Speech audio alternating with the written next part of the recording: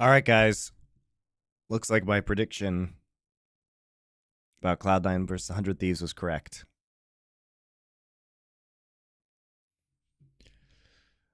Oh, let's get into it.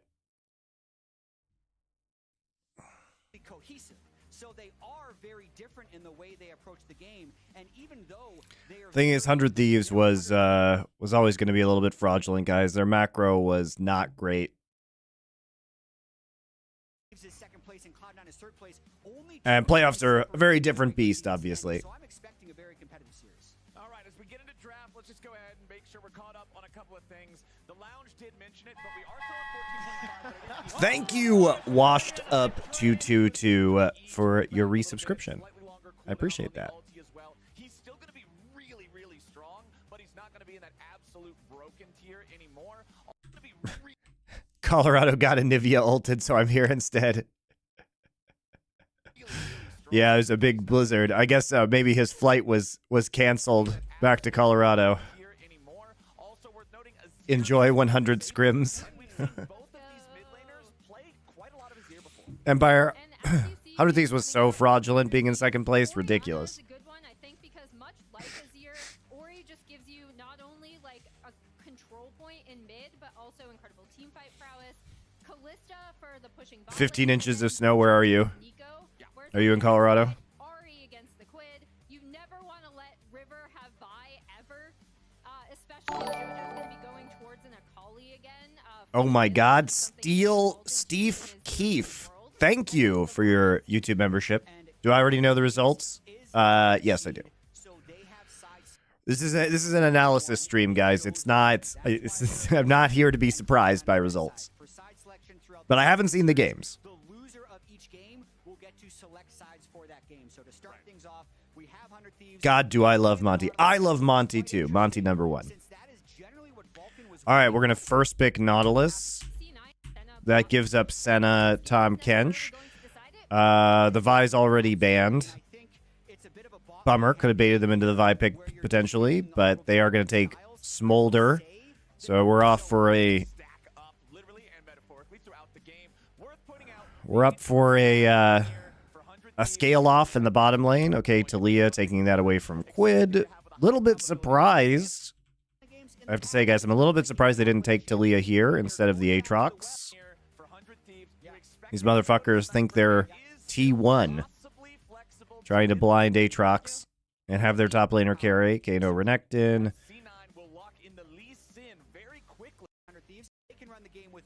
And we're just going to play Hui Jinzhao. Okay? Problem is you have no agency. You have no agency in this lane and you have no agency in the mid lane. So what is Jinzhao supposed to do early game? Right? What is he supposed to do early game?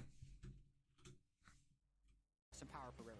Yeah, and Hui also locked in for Quid. Again, this composition is going to do a great amount of damage with the Smolder already, but okay, so we're just gonna get the AD Twisted Fate in there, getting a ranged matchup.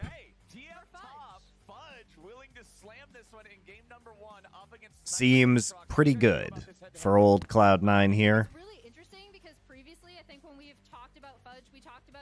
So I guess we just lose every lane? Just lose all the lanes? Do you believe that casters/analysts have said Jat is mean to other casters/analysts? Where's that coming from? I'm going to use all of my pressure to take over the top side of the map. The TF is really different, but very fun.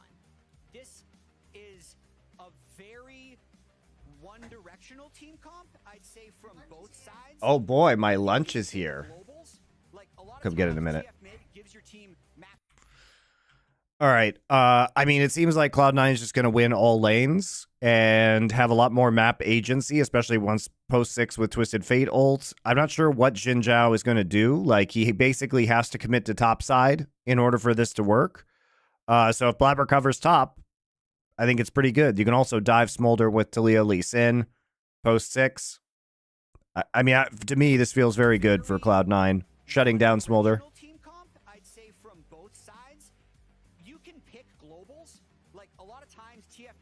When did Kadril say that?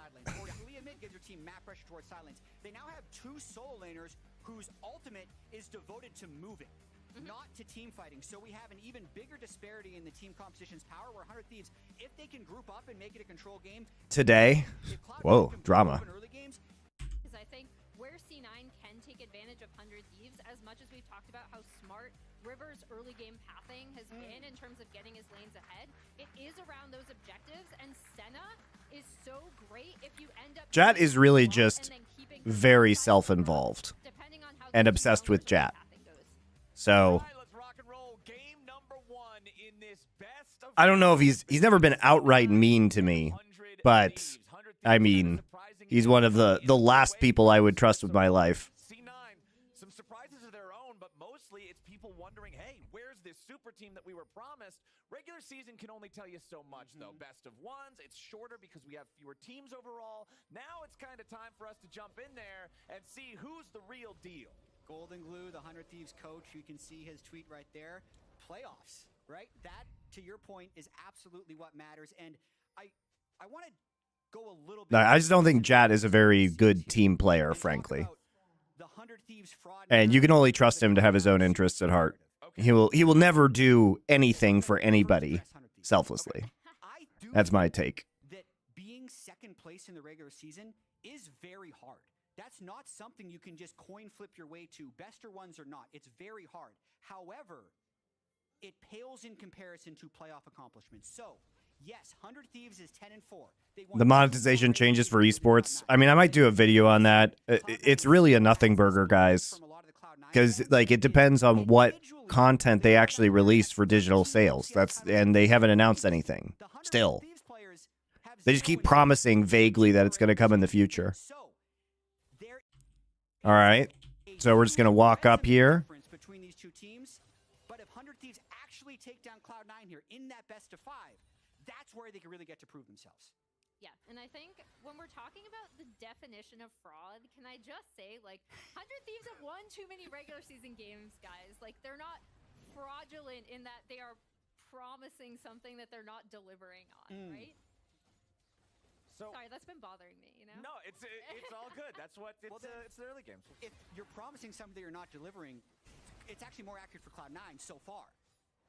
Because of the super team. Okay, yeah, there you go. There you go. 14 games. See, these are the conversations that you have during the early game. Everybody's just farming their minions. Everything's nice and slow. Called out. JoJo and What do you mean?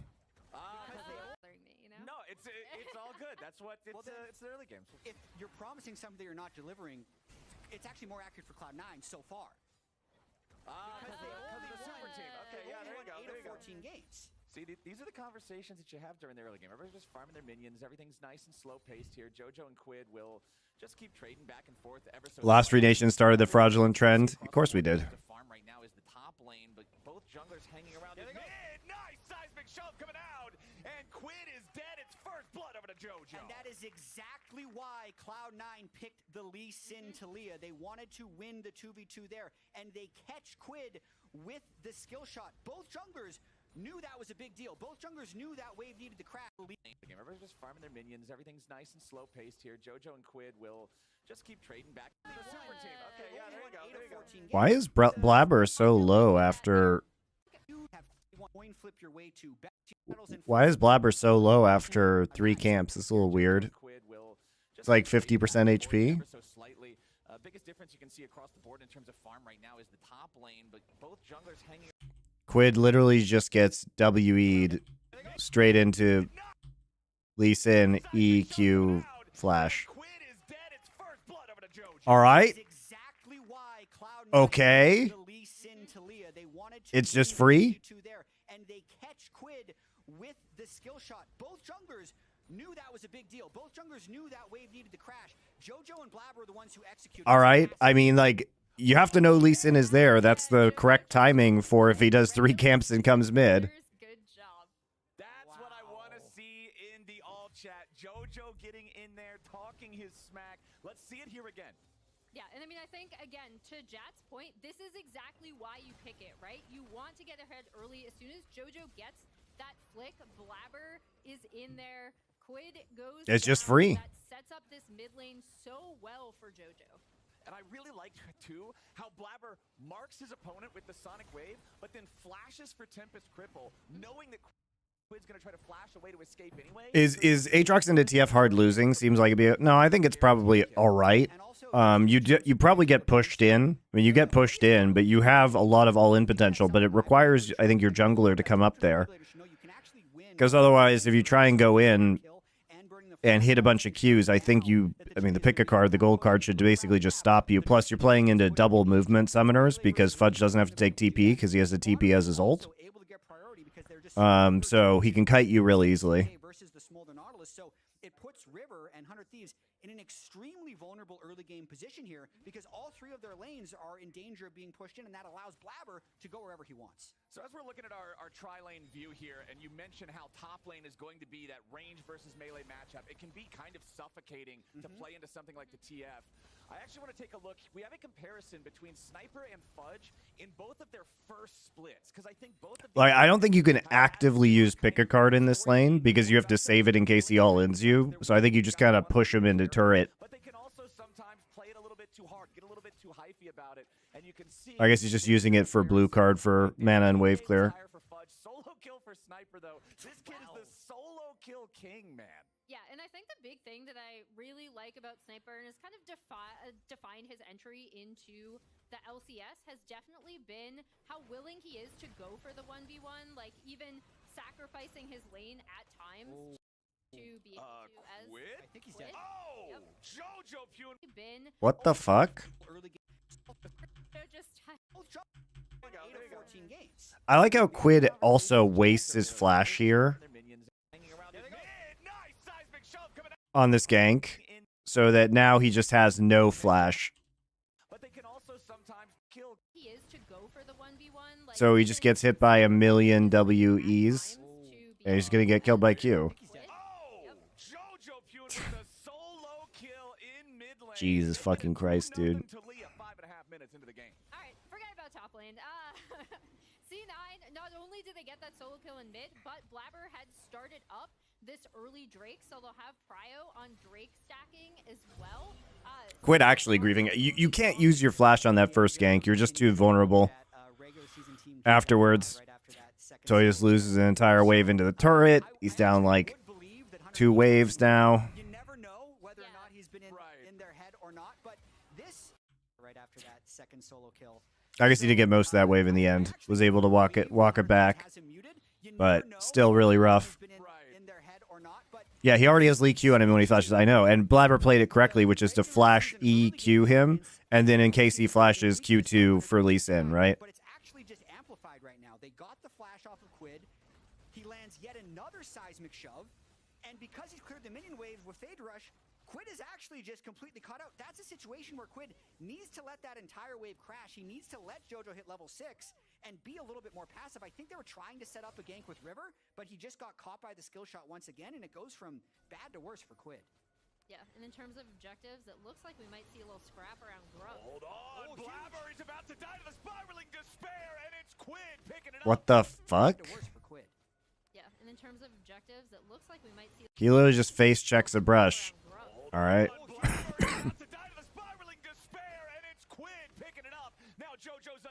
Jojo still has flash.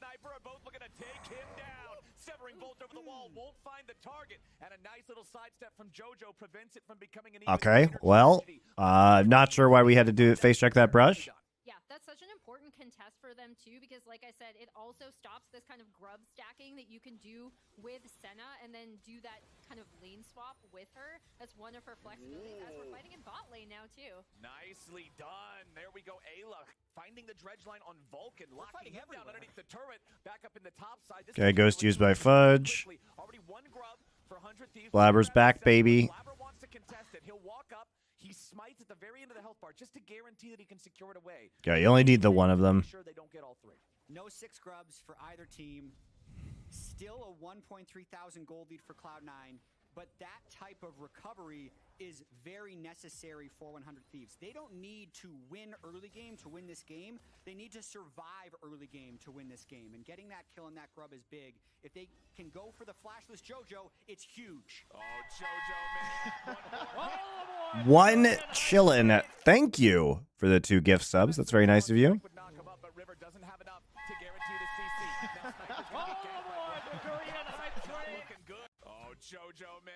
One. In this game, they need to survive early game to win this game. And getting that kill and that grub is big. If they can go for the flashless JoJo, it's huge. Oh, JoJo, man. One more hit from that 3-tower. Oh. River doesn't have enough to guarantee the CC. And the very short range TF teleport. Topside's not looking good for the 100 Thieves. Jesus. As Sniper can't fight his way out of Oh, man. I mean, we talked about combined kills per minute going into this game, right? And Blabber has been everywhere on this map, which is really interesting, again, considering... Is the video low quality? I think the player cams are just garbage. Like a Blabber carry comp, you know, with they take the Xinjiao, they take a Kindred or something. They play for him like he's Milky Way. But I love seeing this out of Blabber too, because again, his understanding of where he needs to be on the map, how he can combine, where he needs to shut 100 Thieves down in their solo lanes, because this is a team that primarily plays through those solos. They absolutely do, and I think last week was a huge showing of that for 100 Thieves, where Sniper was just able to generate a lot of solo kills on his own. That's not something that is likely to happen this game. The fact that he's already 17 CS down, has been killed by the Twisted Fate and the Lee Sin, and has generally been under his turret for most of the game. You add on top of that, that River hasn't really had any freedom to move to top lane because he's needed to take care of the sway in the mid lane. No, it's not. It's the cams are bad quality for me too, guys. So it's not just Twitch. So we know that Cloud9 looks their best when they are smashing the early game. And right now, 9 minutes into the game, 2,000 gold ahead, 1 Drake plus the extra kills, even Grub State, like you said. So it's not like there's this inevitability with split pushing later on or something. Combine that with the fact that even if they did want to split push with Grubs, you've got Talia and Twisted Fate to catch guys out. Well, not to mention that they haven't even finished the first round. Captain Flowers, it's 9.5 minutes into this game. Okay, they haven't even finished the first round of Grubs. There isn't going to be another Grub spawn. There isn't going to be another opportunity to take Grubs. The Grubs are irrelevant now. One chillin', thank you. Gift and sub, subscribing yourself.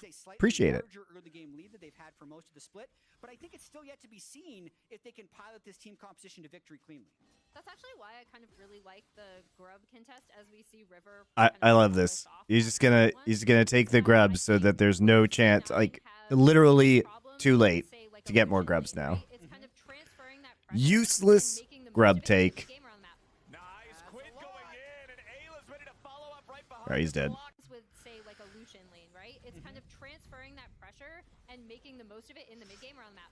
Nice, Quid going in, and Ayla's ready to Pretty aggressive flash, but I guess they want to just secure the Mountain Drake if possible. 100 Thieves playing aggressively with the Hui flash to find the JoJo kill. And that It's gonna make him very vulnerable later, though. Mid lane, if you can believe it. The 2-0 JoJo had an extra 150 gold bounty. Love your Elephants content. Thank you very much. Actually ahead of the Talia in gold now. After that disastrous die to level 3 gank, get solo killed at level 5 start. Yeah, and this is great for 100 Thieves mid lane, especially if they can get the next set of Grubs. As I see, Blabber is now. You can't get the next set of Grubs. Why are we talking about this? There are no more Grubs. Drake, which is actually, again, great objective control from T9. Holy shit. Stop with the Grubs. Actually pretty even at slightly 100 Thieves favored because the game itself is still over 1,500 gold favoring C9, and it's because when you look at these side lanes, 100 farm versus 78, 97 versus 82, comparing the Tom Kench over to the Smolder, Cloud9 side lanes are still farming better, and 100 Thieves is going to either have to stop that or make up for it somewhere else with another big play. Yeah, and the thing that they've done really well, again, is use that Drake, that bot lane pressure to transfer into early Drake stacking, right? Yeah, okay, so you get the gank, but then you back, so you have no Drake control. Because the game itself is still over. And now you're dealing with Bot lane pressure to transfer into early Drake Infernal Soul. even if you're looking And a Smolder who has 87 stacks, 11 minutes. Not terrible, actually. If they can, again, spread that pressure around the map, which is what I'm going to be seeing from C9, right? Because it's not like they don't get early leads. It's that, what are they going to do with that early lead? And I think the player that will need to do the most with his lead is who we have on screen right now, Fudge's TF. He has static shiv, so he can push waves even faster. His game is giga over, unless they can actually steal a Drake or something like that. When he first came in the league, a lot of people thought he was bad, but within that same split, he actually won the LCS title. So he would know that you need to respect younger top laners, and he's really putting it to Sniper early game here. Blabber trying to, again, maintain control over neutral territory here, stepping up with JoJo. Nice job. That's the global you guys are talking about. It's a red card, but who cares? Was inside the Xin Zhao ultimate. Very nice. You know, Fudge here was his first year into the LCS. What is he going to do with this lead? That first TF ult coming in. And Sniper. Yeah, Sniper. Do I have LCK co-streaming rights? Hell no. Cheesy Fry 2010. Thank you for your Twitch Prime sub. Oh, and we'll just pick up that kill. So Sniper's just going to TP into the bot side in order to attempt to make a play because they know that the Twisted Fate ult is now down. So they come in, they don't really hit anything, and they're trying to make plays around a Smolder lane, which is never going to work because Smolder is a turd with wings. And instead, we get Ayla getting killed in a 2 versus 3. Blast Cone here. Vulcan can gray health. Gray health. There it is. And it's free. Because Smolder is a winged turd, and he missed his ult. So they don't have damage, and they actually just waste TP to lose a 3 versus 2.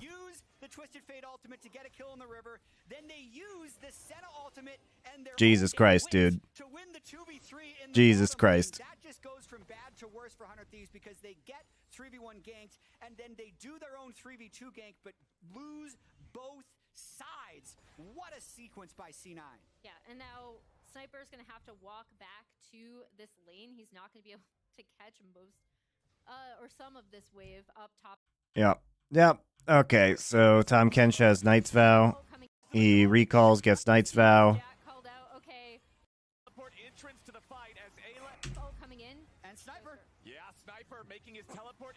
So I think Sniper thought he could actually burst Senna, but Senna has flash, so that's just not going to happen. And Senna has ult. It's so ridiculous, guys. It's well played by Vulcan to get to the Blast Cone in the alcove. Good hold on his gray health as well. So, such a fiesta, dude. 0 mana, fucking useless turd with wings Smolder.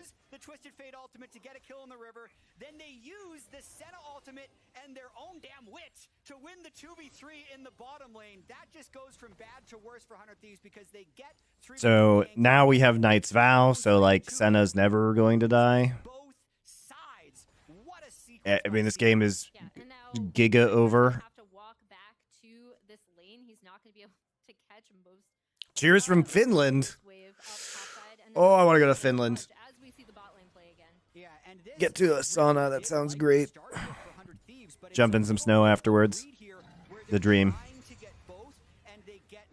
Sniper just straight up goes to Berserker, wants to get the solo kill. I don't think Sniper's flash is quite up yet. I'd say Berserker timed his root and his flash very well. But if Sniper just immediately goes for Vulcan, they can potentially burst him before Ayla even goes down. And then Vulcan wouldn't even bother expending his flash because he'd be dead anyway. But because he got the kill, he limits the CC, he saves his flash until Sniper has used his spells, and it's just expertly done. Smolder is such a fucking useless champion to gank for. Like, I just think it was unlikely that that play was going to work with Sniper having no flash, and instead he just like wastes his TP.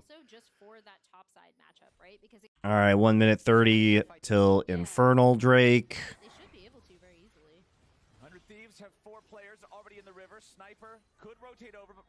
The one silver lining of this is like Meech is stacking okay, I guess. Yeah, you don't care about that though. You just set up for Drake. That's your actual win condition here. Stop showing me Twitch chat. I know it's so tilting. I have no idea why LCS feels like they need to do this garbage. And yes, it does give a small window of 100 Thieves can get a pick, but at the moment, I think C9 is thinking if we just hold this lane pressure, let's let 100 Thieves invest 5 people. We're going to get the bottom and the top lane pushed. They think they can make more plays off of this. They did kill the Which bottom one lane. first, Pi or how many autos it takes Smolder to kill Tom Kench? So if you guys are calling the shots I mean, this right now, Tom is not dying this game. State is pretty dire. You're 4,000 gold down. They've got both of the Drakes. He What ain't do you dying. do to just try to hold on in this game? Is it just start praying and hope that Smolder hits The thing is, too, is like he's just gonna use Knight's Vow, and then Senna's just gonna double heal him. Like he'll get healing from Senna's damage, plus Senna will just Senna heal. It's gonna be ridiculous. This is like the immortal Tom. As we see what they're going to do with this mid lane. Knight's Vow needs to be nerfed. Basically, it's just new Frozen Heart. Because they're getting picked off so much, they can't control River Vision because of the multiple globals, but they use this window, they push bot lane, means they get first set up on River, and this is the one fight where they don't think they can get flanked from behind. So they can control the fight lines, maybe get a 5v5, they look at the items, they're not that far behind in items right now. If they secure this dragon... You haven't been able to watch any games for LoL this year due to working in hospitality? Well, looking over through mid lane. He's I mean, do you mean live or like any at all? to crash in there, but Blabber is still hanging around to at least make River and the 100 Thieves sweat as they try to approach this Drake. It's still down to about half HP, but C9 has moved in. C9's got control over the Drake pit now as River jumps in. And the Drake I mean, he steals it, but at what price? They all die. Oh my God, Blabber dies? What? C9's got control over the Drake pit now. Blabber just rages. River jumps in, and the dragon is secured by 100 Thieves. Mom comes in. No, Blabber actually just gets hooked and stun locked. Blabber dies to do it, and River stays alive to the Yeah, I don't know if they're gonna survive this next round of. his exit, but now what about the rest of the Thieves? Wait, where'd Vulcan go? I thought he just did Abyssal Dive. Blabber dies to do it, and River stays alive to the dawning shadow. Sniper with a flash back over the wall makes his exit. Oh man. Blabber dies to do it, and River stays alive to the dawning Yeah, I thought he shadow. started that animation. Back over the wall makes He gets. I think he cancels his Abyssal Dive animation. That's pretty good. I mean, Quid is playing well in spite of that initial whoopsie. Okay. All right, I was worried for a second. I thought we might get another. I mean, that's pretty fucking good to get that Drake out of there. Yeah. They had no risk of getting flanked by the Twisted Fate or Talia. They got the Smite Steal, and then they also... Blabber was trying to flash kick, The extra I'm sure. reason I think this was good is because if they do actually get aced, they're not giving up Baron or anything. This is why I think it's better to fight this Drake than the Soul Point. But Emily, take it away. Yeah. So I mean, we I agree with Jad. It's better to fight this one because there is no Baron spawn yet. ends up getting Yeah. the smite Unlucky. steal, which is obviously really important to get that Drake, but I think even more important He was trying to flash in to kick, guys. steal, which is obviously really important to get that Drake, but I think even He starts his flash animation, like you said, but he the fight that ensues gets where they're CC'd able because to he get flashes next to a Nautilus, so... on the backside. Optimistic, let's put it that way. C9 actually needs to approach these fights. The fight that ensues where they're able to get a 1-0 on the backside, which is obviously really important to get that Drake, but I think even more important Yeah, he does get the kick, but Mish just, like, hits the wall, I guess. the fight that ensues where He they're kicks the able wrong to way. I mean, the Nautilus being there means you can't really flash in on that. And if you look at the way C9 actually needs to approach these fights. Oh, we almost had audio there. I wanted to see what he was saying. Clearly, Golden Glue is pumped about that one because that's exactly how they need to fight. Cloud9. He kicked even more Jhin? important, like you Oh, he said, kicked Jhin. Yeah, you're right. the fight that I'm dumb. ensues where they're able to get a 1-0 on the backside here. And if you look at the way C9 actually needs to approach these fights. Oh, we almost had audio there. I wanted to see what he was saying. Clearly, Golden Glue is pumped about All right, this is still kind of winnable for 100 Thieves. Cloud9, Especially because the smolder stacks are still going okay, all things considered. Or as Core JJ used to say, eye contact fights where it's front to back. The best tank is Tom Kench, but way feared, which is 4,000 gold difference. But the amount of time that 100 Thieves bought themselves there is massive. Like, I feel like they turned an 80-20 game into like a 65-35 game. They're still not up the mountain yet, but they've started to come back. All right, 100 Thieves trying to put that Herald to good use up here in the top lane, looking for the tier 1. A TP coming in from Cloud9 to stop them from being able to finish the job. The turret still stands with about half HP. This is kind of the problem of having that Aatrox in the TF matchup. Aatrox never got to the point where he could do any meaningful work on the turret up until this point, so you've got a long, long way to go before you can get rid of that. Still a 4,500 gold lead here for C9. Meech at half HP here in mid. Aatrox items, I mean, he has Profane Hydra. The problem is that he has to actually get into the backline, guys. And there's a Tom Kench, so Sniper requires jungle camps, I guess. Hashtag Smolder Watch for 100 Thieves, but then additionally for C9, where I really want to see them shine now is in spreading 100 Thieves on the map. It was pretty good that they stole that Infernal Drake. And by pretty good, I mean their only hope of winning this game. And I think that's the best place to strike, because in theory, that's where you could have the TF and the Taliyah joining kind of at the same time to get a pure numbers advantage. So situations like this, and this is where 100 Thieves has to be very careful. He's getting close. He's now going, he's farming up Raptors. Get a few more stacks here. Because if you show too many people at once, Cloud9 can guarantee. Yeah, Smolder is definitely the perfect NA pick because he's the epitome of just do nothing until the enemy throws into you and then win the game. You just wait to catch the inevitable throw.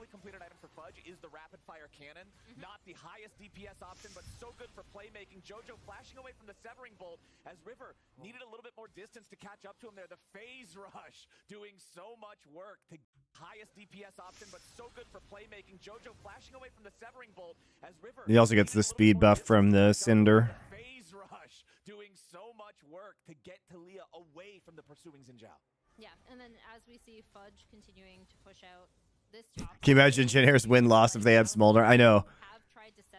Smolder, the killer of Guangdong freaks. If Smolder hadn't come out, Guangdong would be 4th place in LCK. Mark my words. They'll probably set this up with a Taliyah wall to take down this turret. Yeah, they're kind of trading gold there, though. Like, 100 Thieves is going to clear the wave as best they can. And if Quid is able to get that bot lane turret, this is a fairly neutral trade. Move the gap by that much.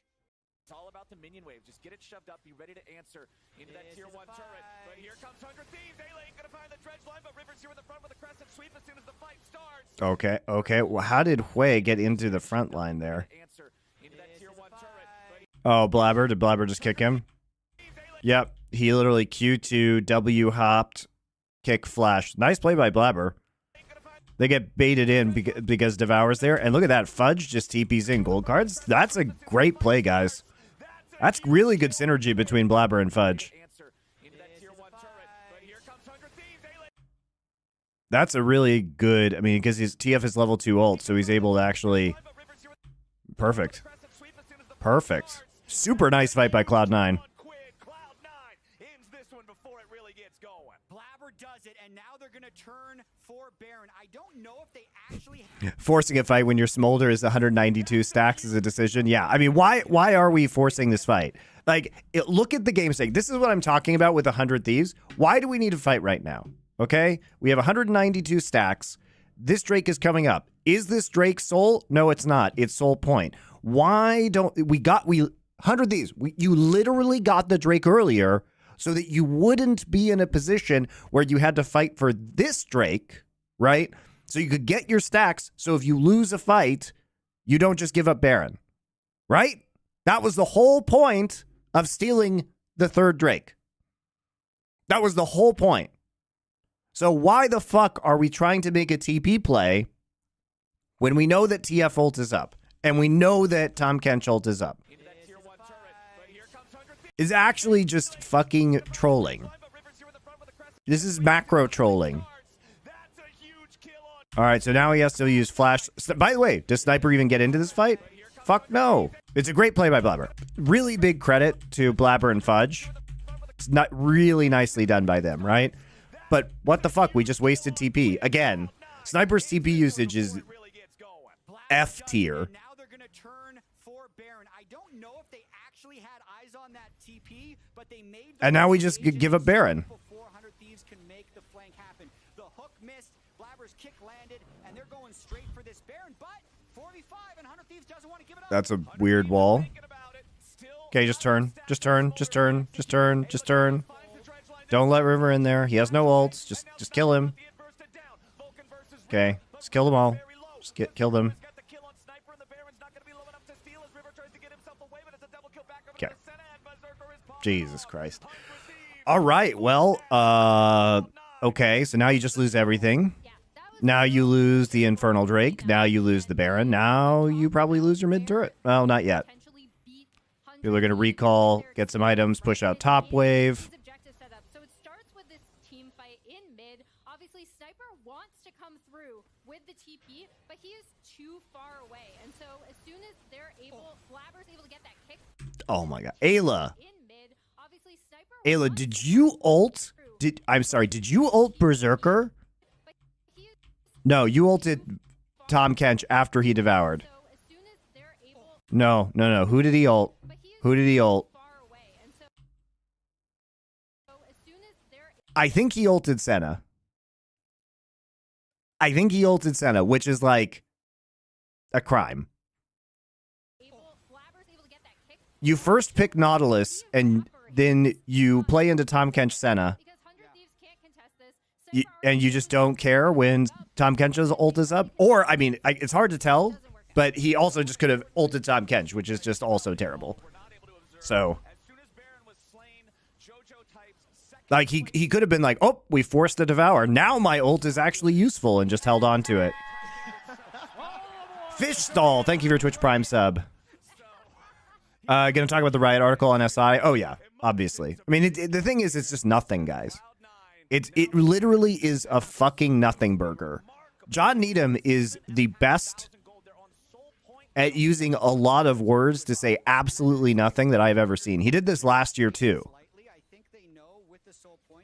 But like until they actually announce the thing that they keep promising, which is how they're the digital goods for the teams, that article means nothing because it's all predicated on the things that they actually make to sell. But they keep saying they're making them and then don't make them. Now they've said later this year. So, like, I have no idea what that fuck that means. Because if it's like summoner icons, those aren't going to generate revenue. Just about to reach 225 for Meech. We're almost there. He just got it. All right. So we'll see if it's smoldering time for 100 Thieves. Yeah, about average 225. And they killed their platform that was supposed to drive those digital goods sales, the fan packs that they were promising. So, like, it's just ridiculous.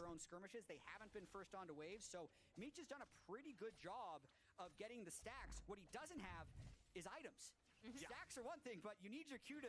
Why doesn't LCS play BO3 regular season if it's only 8 teams? Nobody knows, dude. Nobody knows. Wish they would do chromas. Everybody wishes that. It's not exactly the best thing to be on the receiving end of, but it's a great tool for helping set up these plays for C9. You've also got another item completed with the opportunity on Berserker Senna. 3-0-1. He's got 111 souls of his own. C9's wallet advantage is huge. 100 Thieves are not going to get a whole lot more chances to not come out on top in a fight.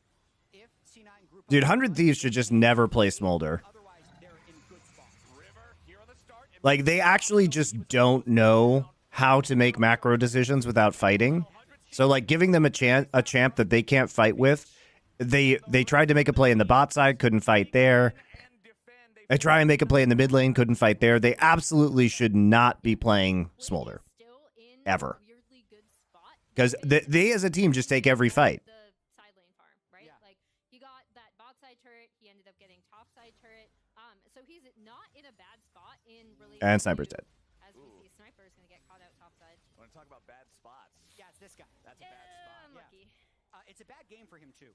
He is 4,500 gold down against the Twisted Fate, 0-3-0, so absolutely zero kill participation. After having his best week ever as an LCS player, so he reached his peak, and at the moment he's feeling it. It'll be really interesting to see how he will respond to this in Game 2 as a 17-year-old rookie. He's got so much confidence inherently, but to get knocked down like this against a player in Fudge who had a... It's a shift of game skins events from Western to Eastern culture after 2016, and an understated aspect of why the game is much less popular in the West now. Nah. Experiences, whereas Sniper here is in his very first playoff game, and Apparently everybody who's from the West fucking loves K-pop, so... Yeah, I don't really understand why the shift, considering they just K-popified themselves, would be bad for the West. I don't. It's not for me, but apparently you guys all fucking love that K-pop bullshit. Where he just takes complete control over the actual waves in topside and plays with pressure that way. He hasn't had like a particularly stellar standout like carry split, right? So him being able to lock in this counter pick going forward tells 100 Thieves, okay, now this is another facet of C9 we weren't sure that we had to worry about. We now have to worry about it. So, like, if you guys all love the anime K-pop in the West, I don't see why that would be a factor. I think they play right into their audience. That's what I think. The early game lead, but the instant we said, okay, Fudge needs to do something with this gold lead, bam, he killed River. Oh, this Berserker Vulcan bot lane hasn't been performing. Berserker hasn't been able to get stacks on Senna. They win a 2v3, 126 stacks in 27 minutes. Still not great, but it's actually decent with the way he's played this game, 3-0-1. Now, 47 seconds away from a potential infernal. Yes. The killer is the attempt to make the high school scene miserably failing because of Play Versus. They literally gave Play Versus exclusivity, and then exclusivity to running League of Legends.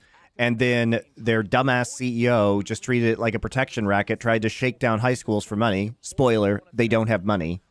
And so nobody could play League of Legends. Now you don't have a young player base. Also, the game is just actually impossible to get into with 160 champions in the game and garbage tutorials. So unless you actually have a community of people like they do in the East, you know, friends who are willing to teach you, it's very, very, or it's like culturally important, like it is in Korea. Super hard to get into.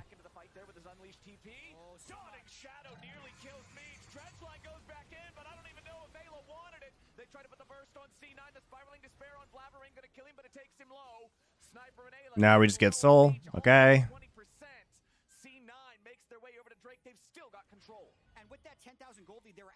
Yeah, I mean, the 2025 changes that they keep teasing, the only thing that are going to save this game. Otherwise, it's just going to be in a slow decline, at least in the West. I think in Korea and China, it'll be fine for a long time. But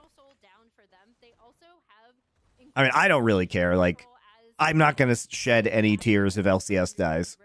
Just less garbage I have to watch. I'm going to watch more enjoyable pro matches. So wherever 100 Thieves are trying to fight them, they have to ensure that their setup is so good and so clean, and their team fight targeting is so clean that they end up beating the advantages. I don't know if it's possible. Thoughts on TL versus Fly today? Fly should absolutely smash TL. TL is another fraud team. Just like 100 frauds. So they would like to get Cloud9 there as well, and they want to fight them. I think that's their 10% chance way of winning this game. You think it's as high as 10? 5, 10? Once you're that low, it's a legitimate question. No, you're down right. I need to so think about much. Loving this blind pick Aatrox, by the way. What do you kids say? Lil bro thinks he's Zeus. I'll put it at 5. Okay. Yeah. He was not Zeus. That's not bad. If you're in solo queue, it would be like 15. But if it's a playoff game, it's 95% C9 win. Spiraling despair on Fudge. Quid still getting jumped on though. He's trying to get away. He escapes and just barely survives thanks to Ayla and the shield. Mom comes in over the top, but Sniper's already in the dirt. River tries to flash over the wall. Crescent guard to knock a target back away. Fudge is still going to just kite him out, and Vulcan gets the kill. C9 pick up 2, almost 3. Any dreams the Thieves might have had a fight for this Baron are dashed. Yeah, and there you see exactly what we're talking about, right? Like C9, with the control they have over the map, with the advantages they have, they can just wait for a play like that. And even when 100 Thieves try to respond, like Sniper, It's actually just so boring now. Supposed to be kind of this front line for this team, and he is dying before he can even zone anyone off. Tried to teach my friend League earlier this year is too much. Guys in graduate school. Yeah, he probably doesn't have a lot of time to learn this. It's a lot easier to learn other games, guys. Then Ayla in this game. Sniper is About 1,000,000 times easier to learn Counter-Strike. everyone on 100 Thieves is behind. Cloud9's really rich. That's the point. And when you look at champions, At least the basics enough for it to be an enjoyable experience. Barrier to entry is such a huge problem. or you have not like this guy is building defensive. This Would you prefer the current format or single round robin best of threes? Best of threes, obviously. There's pretty much no bad target. You BO1s are shit. All BO1s should die in League of Legends forever. They'll burst anybody down. Now they've got the full 5-man squad pushing down. What's easier, learning the basics of RTS or learning League today? RTS is 1,000,000 times easier because, like, learning StarCraft 2 is way easier because there's 3 factions and far fewer units. You don't have to learn 160 fucking champions. I will say the way Smolder wave cleared is pretty immense, but now Cloud9 Also, I would argue that with like StarCraft 2 co-op and like the other modes of the game, it's way easier to kind of get into because you can co-op with somebody who knows what they're doing to learn. Plus, they have single-player campaigns to learn all the units and stuff. So I would say RTS is significantly easier.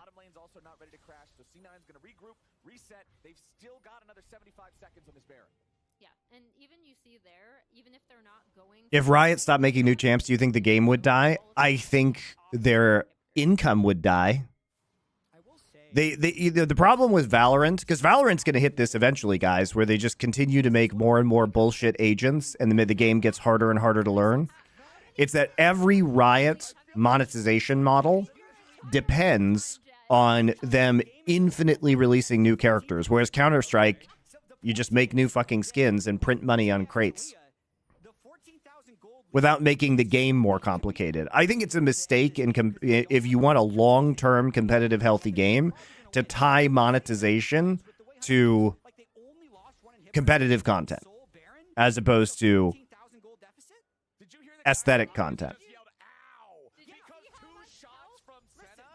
took half of River's health. 14,000 gold hurts. No one's denying this. All right, Weaver's Wall's coming in. JoJo and the rest of C9 ready to block 100 Thieves away from the tier 3 turret in bottom lane. They got 10 seconds left on Baron, but that's Berserker damage is insane. Yeah. Well, he's very fed. We'll just continue whittling it away. Berserker's got the range to keep Also, when you see him first autoing, he's going to hit like a truck because he has opportunity with this build. The inhibitor's still in their sight. Fudge looking maybe for an angle here with the ulti. Mom comes in. Blabber's burning, but he ain't low enough just yet. Meat's trying to stay away from the unraveled earth as River wants an entry point, using the ulti to knock Blabber back into the rest of the team. But now Meech is dead. Fudge has him locked up, beaten down. Fudge did very well this game. Should just walk it in for Credit to him. 4 players still alive in the enemy base as Quid tries to survive, but he'll die on the steps of his own base. Yikes. I mean, Cloud9 actually probably could have won that even smoother than they did. Young Hummus, thank you for your tier 1 subscription. I appreciate you. I also love hummus. Statement game 1 victory from C9, especially again in that final team fight. You saw Fudge understood the assignment, right? He's like, their win condition is Smolder. I need to get on this dragon as soon as possible. I think this is a great victory for C9, not only because of execution, but again, the draft they locked in, they knew exactly how they wanted to pilot it. Blabber got involved early. Loving the content. Hummus is goated. Yeah, I know. I have some hummus in my fridge. I found I really like the blue moose hummus, which is made in Colorado, and Costco here in Korea has it. Delicious and healthy. Wow, what a terrible game. Well, I think we're in it for a few more of these guys. I'm gonna go grab my food real quick. I'll be right back. What Bonker's idea, if they lock champions for a season to reduce the pool and have a rotation. We talked about that. It was a question on Summoning Insight this past week. Thorn and I talk about that for a while. If you're interested, it's in the viewer question section. I'll be right back, guys.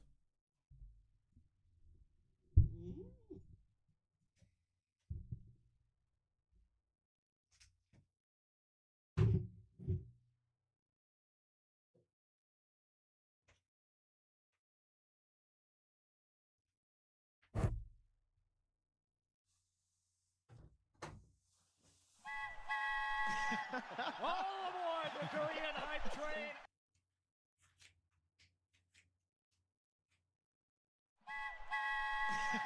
All aboard the Korean hype train.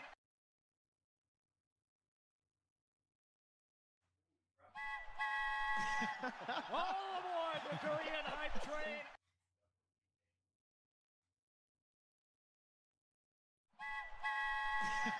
All aboard the Korean hype train.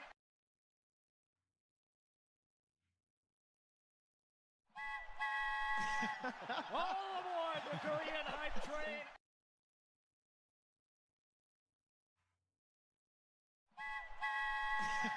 All aboard the Korean hype train. All All aboard the Korean hype train.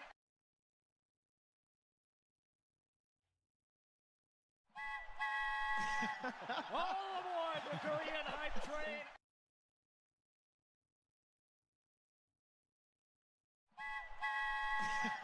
All aboard the Korean hype train.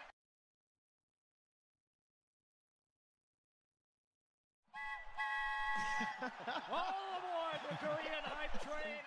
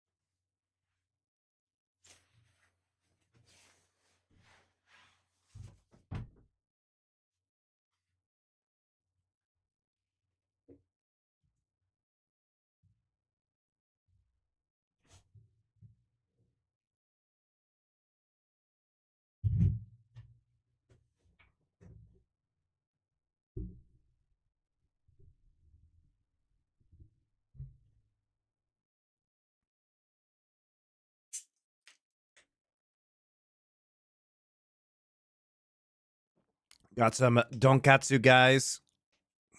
Missed a 10 bomb. Oh my god. Young Hummus.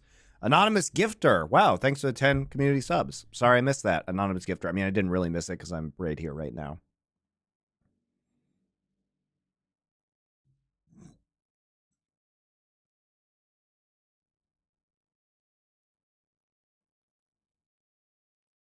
Armored Core 6 didn't have multiplayer? Anthony Tripp? Really? That's weird.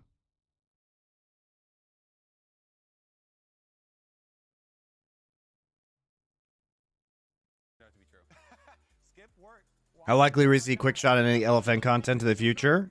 I mean, I don't know what's going on with him. I love quick shot. Wait, that was Jack that stood up there, too. Jack's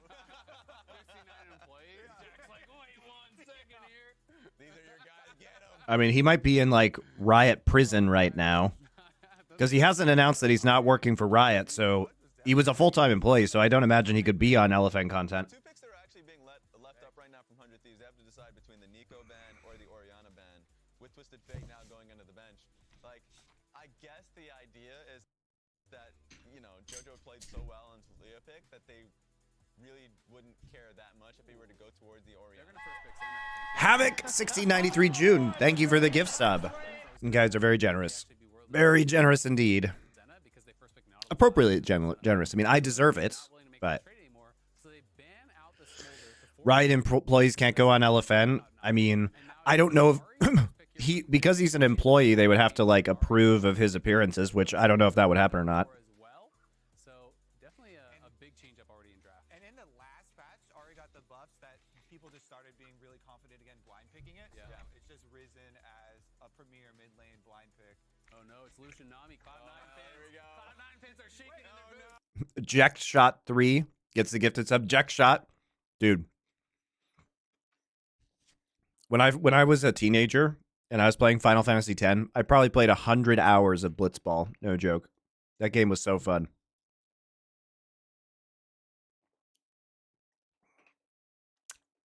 I mean, there's some drama going on with Quickshot, guys, because, like, he should be casting, but he's not.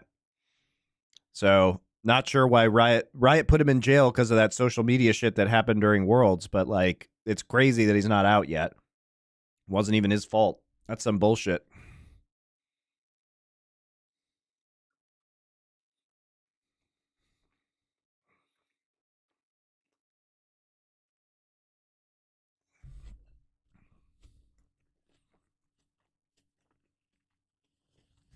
No, I didn't play Elden Ring.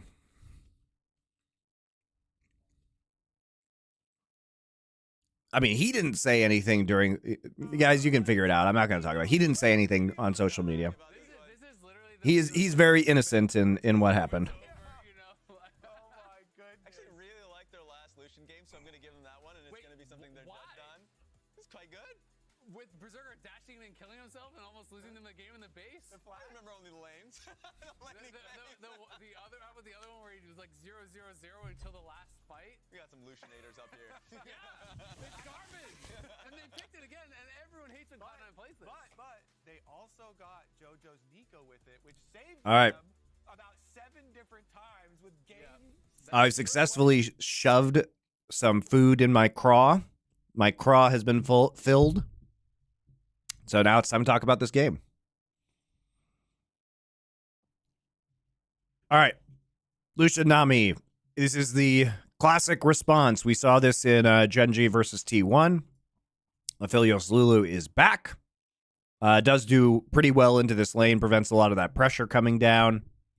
Obviously very, very good for late game. Also, Ahri first pick. Why? Would be my question. Why do we need a first pick Ahri here?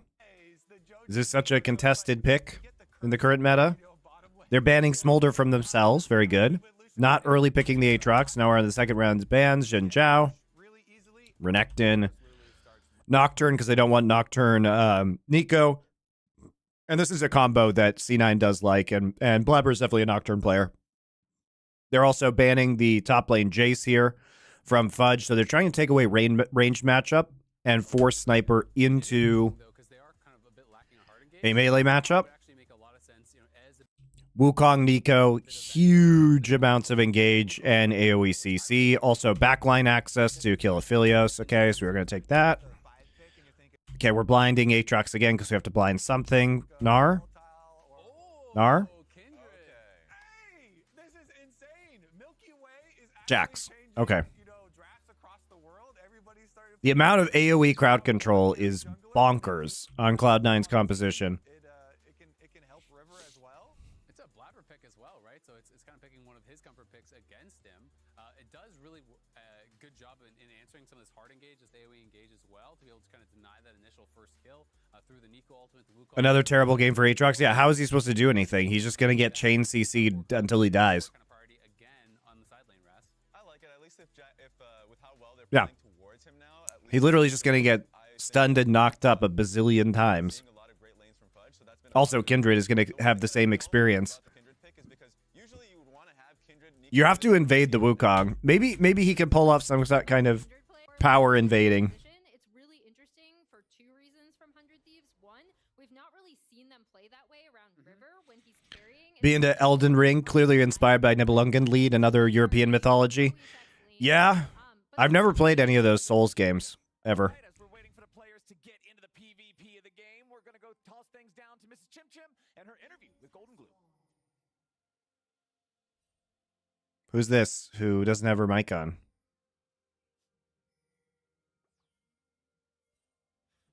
Okay, well, valuable contribution. Last game is we picked a little bit too much scaling. We thought, game 1 was going to start pretty slow. They fired the audio guy at LCS. We weren't able to fight early, which is one of our big strengths. So we picked a better comp, I think, that lets us fight more early. And I think they overall still played pretty well. We just kind of got rolled over from some snowballing early. So, yeah, I don't know. I mean, the Kindred Ahri combo and the Kindred Aatrox combo, topside skirmishing is going to be strong. We're talking about just giving each other confidence to fight. I think last last game, we couldn't really fight early. So sometimes you get in this mindset to where like you never want to fight. So just giving each other confidence and to take aggressive fights is going to be the key for us. Alrighty, thank you so much, and I'm gonna send it back to you, casters.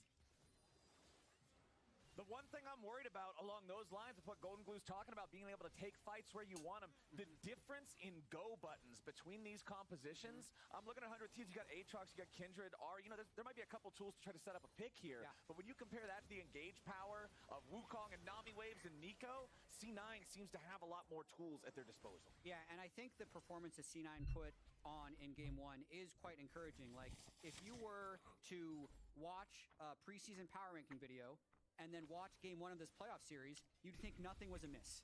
Sure. Yeah, totally normal split. Everything is to expectation.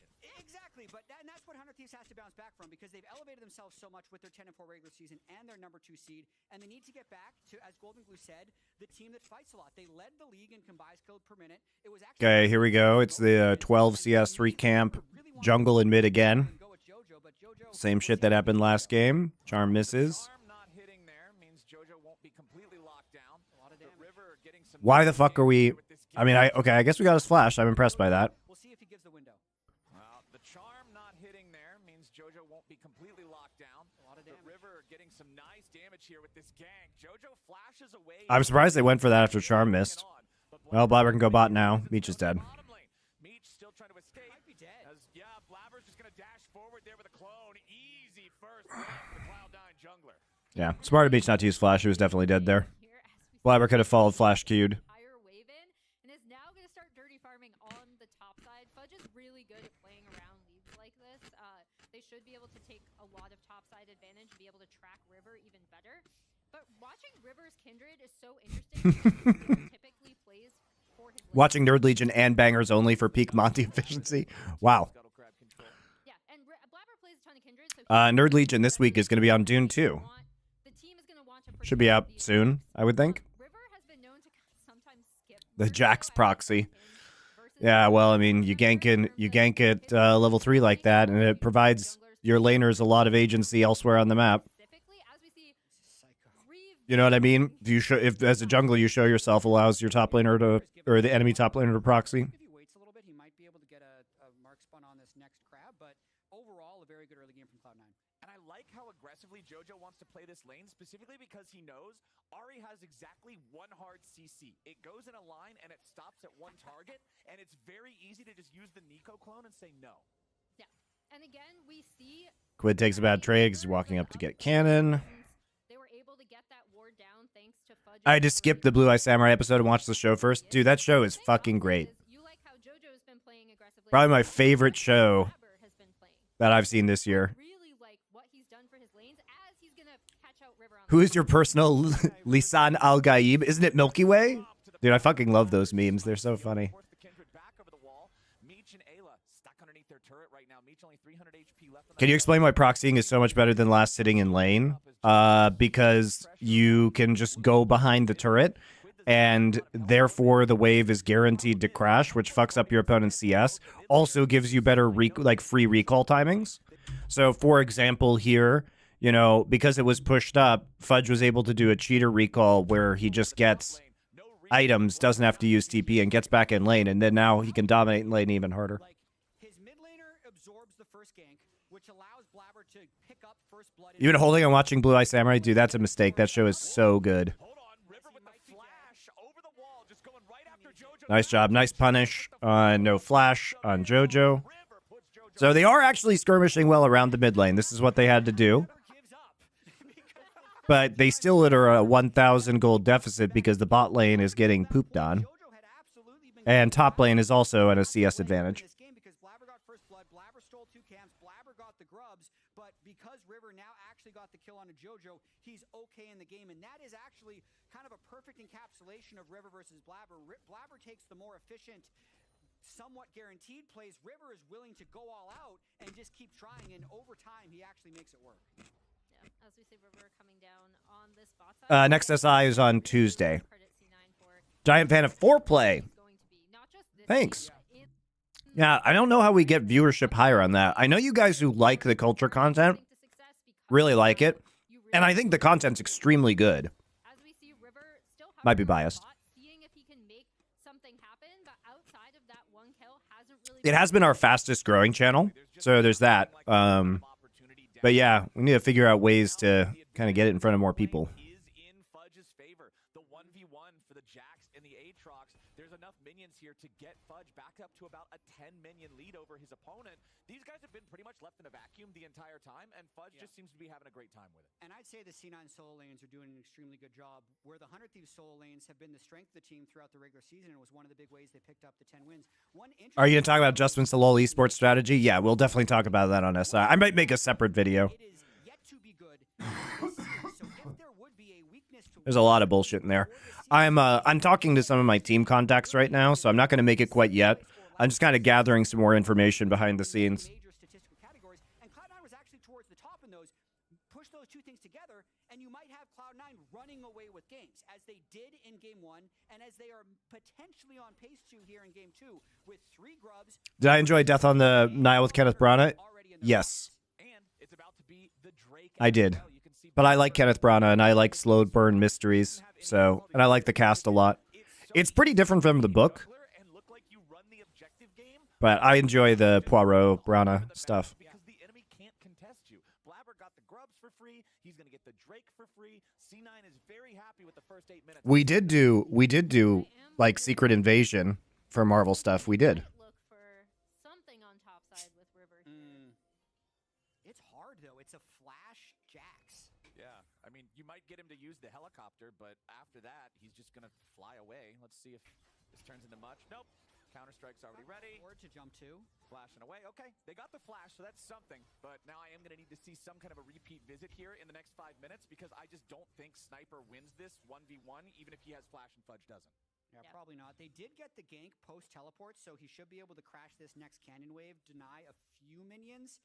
Although, actually, no, with how Fudge is already running out of base. I haven't seen Haunting in Venice yet. I need to watch that. Is a cannon wave.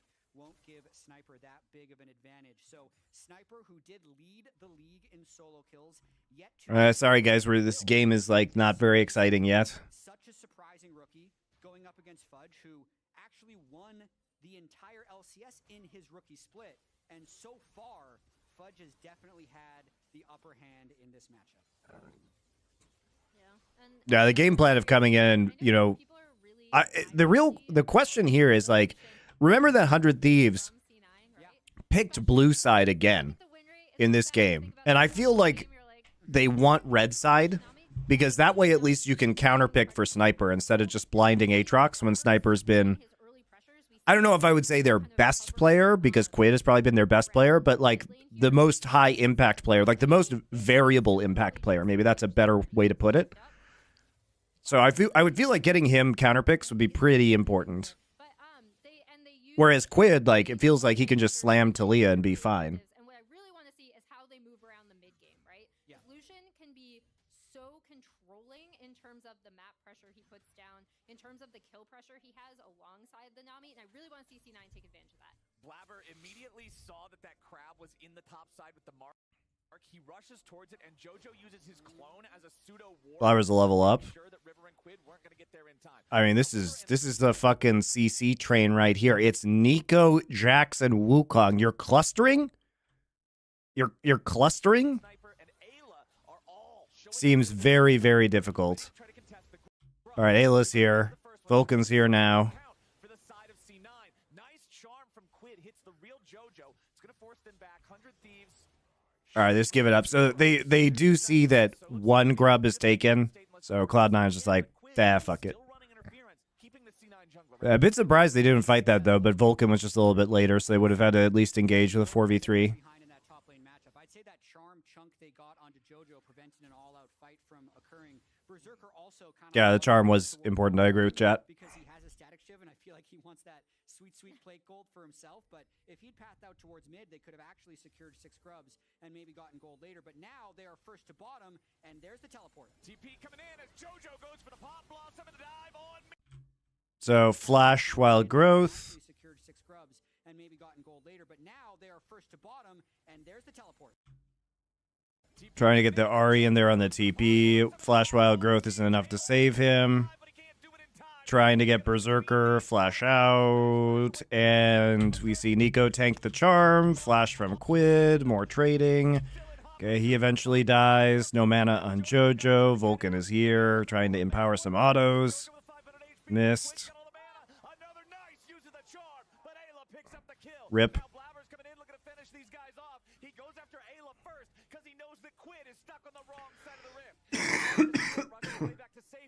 Yeah, Quid's dead.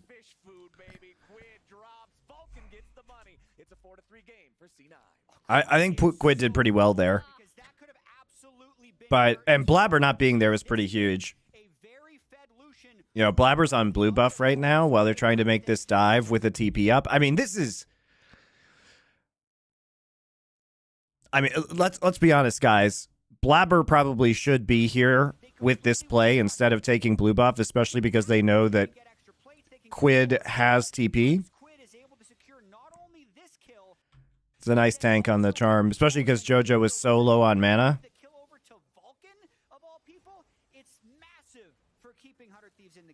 Yeah, and we see little pockets of this, and like Quid and JoJo, we talked about how Like this could have gone potentially disastrously, right? We're like mid.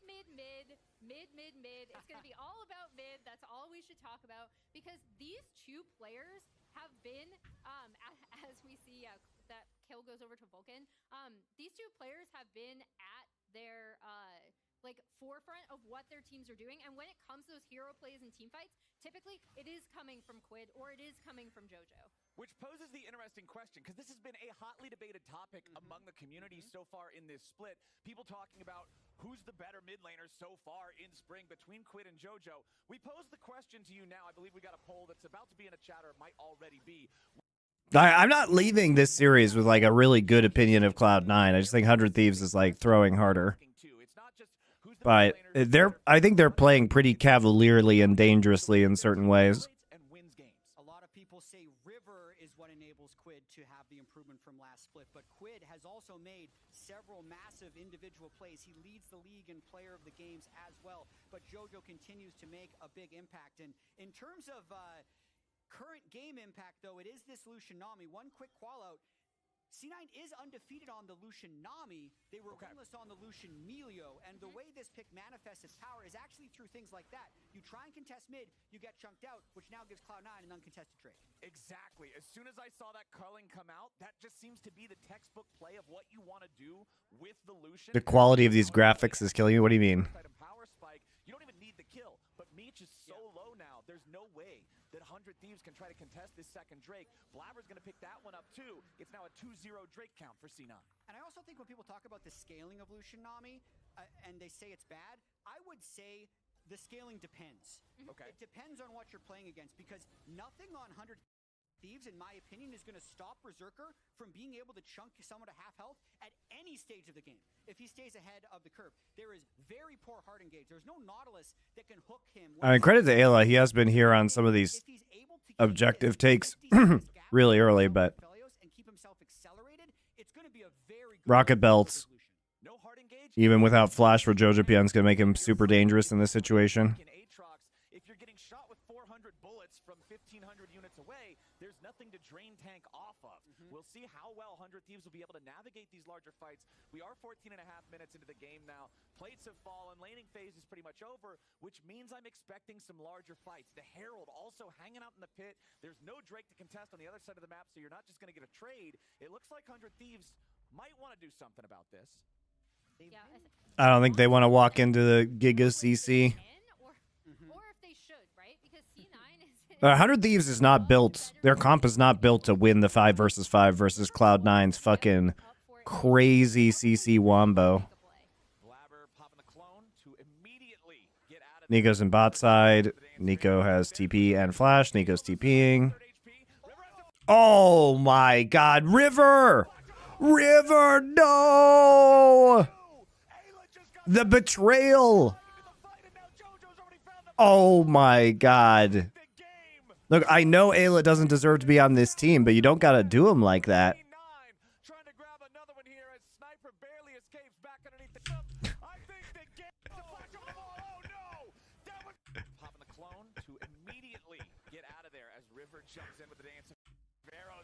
If it makes you guys feel better, this fight was already doomed because Ayla ate a full culling and River is just getting fucking Wukong ulted.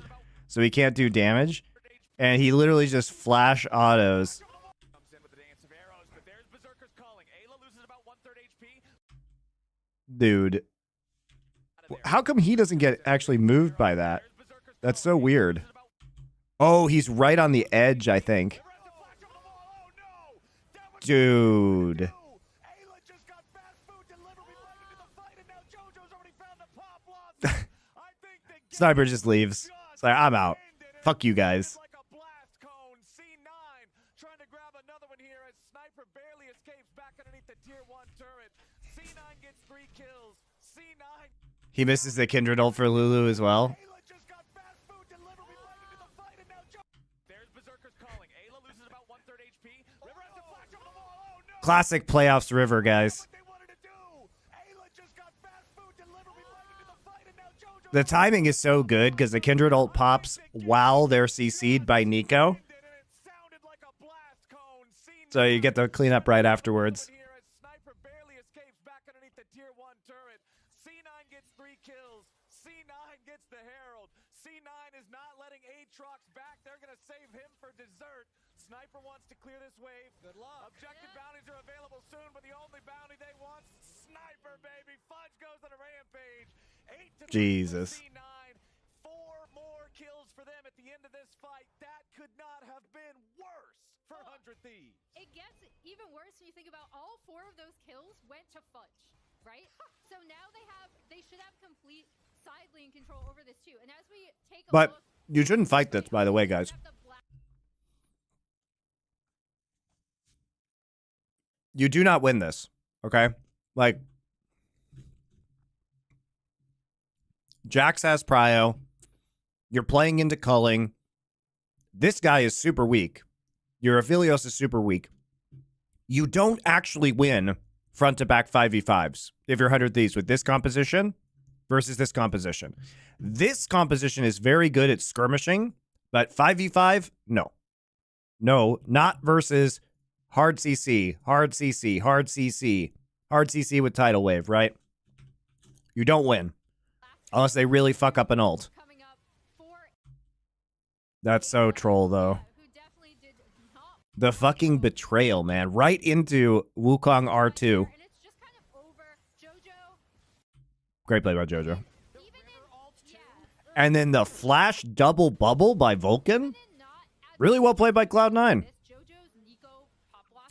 Cloud9's team fighting and their setups have gotten much better in this series, guys. It was like, lol. River seemed more excited about that play than Mithy. Mithy's like, yeah, let's go. Oh, and we're fighting again. Oh, we're fighting, but Vulcan is dying. 100 Thieves. Can you stream game at one higher quality? What the fuck does that even mean? Really interesting to me. I can't do this at higher quality. This is the VOD, guys. I would say a team that I think what you mean is, can Riot record VOD at higher quality? and then is 0-1 down in the series, just had a disastrous fight. You are face palming, you are angry, you are tilted. He still does seem relaxed, which makes me think he's going to be willing to trigger. Fudge is huge. And I actually think his the mindset they need to stay in it. Bang. Bonk. All right, we'll just win on both sides of the map. Very cool. Very, very cool. Why are we even fighting in Bottom River? What? Why are we even fighting in Bottom River? Why is River there? He's just getting crab? All right, whatever. This game is shit. What happens when Cloud9 picks 2 to 3 winning lanes and they dominate? It's what they did in the first week. It's Higher quality. When I was YouTube, it is 1080, guys. What were they saying? C9 is What do you want? Look, it's 1080. I'm showing you. Yeah, and there again, you can see the dangerous. Wow, okay, chat has decreed Quid is more important to his team. We'll see if he'll be able to help kind of maybe get 100 Thieves back in the game, but I think the big thing here is now you saw it. Those 4 Get players LASIK, going to bitch. Fudge, no one can go up against this Jax in the side lane now. So they should be able to have side lane pressure. River has not been able to do anything for 2 straight games. JoJo is going to end up getting this turret on bot side. The gameplay looks barely 720. I don't know, man. I can't help the VOD problem. Tell you my bitrate is wunderbar. Yeah, Sniper has had a rough go. You can see River trying a last-ditch effort. Fudge would actually consider trying to turn this around. I think the fact that he also had the Kindred show means Berserker gets to continue to play aggressive. Was Jax picked after Aphelios? Yes, he was. And I just realized something. Oh, nice binding from JoJo there, but Quid's still safe enough under the turret to not die. When we had Sven on here, and he was talking about playing with Berserker, and Berserker always wanted to go rapid fire second on Lucian because it's his signature item. And this game, it works out great because there's no tank on the enemy team to absorb it. Berserker gets to play his signature Lucian style, and it's going great for C9. Yeah, I mean, C9's map control in these... Oh, Quid! Pop Blossom into the blue. All right, bit troll. Bit troll by JoJo. Bit troll. We didn't have to do that. We didn't have to use flash for that.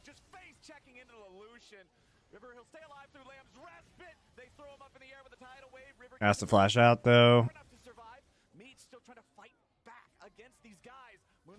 Dodge Moonlight Vigil. Oh, Blabber still has ult, guys. We walk forward. Blabber still has ult. We're 100 Thieves. We can't keep track of any summoner spells or ult cooldowns. We are a good League of Legends professional team. Why the fuck would you walk up if you know that Wukong still has ult, guys? JoJo flashed in between turrets to get a solo kill onto Quid, knowing it would cost him his life. It did open them up to some vulnerability, but they outplayed them once again, and they just accelerate this game even more. Well, this is what we wanted to see from C9 all year. We're eking out a win because we're able Jesus. to against Shopify. Actually, really Get me out. What are we doing now? What shenanigans are we up to? Meech, I mean, look at Culling just doing 1 quintillion damage because Lucian's Giga fed. He literally 1v's 3. Sniper is trying to put pressure into the top side to maybe get... He literally just walks into River for no reason because he wants to commit suicide. And his wish will be granted. 5 seconds until Wukong ult. 2, 1. Wukong ult is up. Forces flash. Okay. Fudge just comes in. Now we just go ahead and take the very free Baron with River dead. Actually, I think this is what a lot of 100 Thieves scrims look like. Isn't that what we keep saying throughout the regular season? No, literally, they said sometimes we lose 17 scrims in a row, and oh, we show up on stage. But this is actually the manifestation of the things that happen to 100 Thieves if things do not go well. And it's very interesting right now. The mental that 100 Thieves is going to be in going... The thing is, if 100 Thieves fall behind, they literally have no macro games, so they have no way to get back into a game. Just been annihilated, as LS also makes this LS joke. agrees with you. If Great minds think alike. Fabled 100 Thieves from scrims have appeared. But, like, look at this. This is a slaughter. This is the worst 100 Thieves loss of the entire year that we've seen. You feel... Meech barely gets away. Somebody body blocks for him. Get down, Mr. Berserk. Pretty powerful 12. Let's watch how Meech dies. When you have a double-digit goal lead at 22 minutes, you feel invincible. Yeah. And I think you might. Dear God. He has been putting the Cullings in this guy. I'm glad Sniper teleported for this, guys. You feel invincible. Truly, this was the play to teleport for. Yep. Yep. Yep. That was an actual terrible bubble time by Vulcan, but it's okay.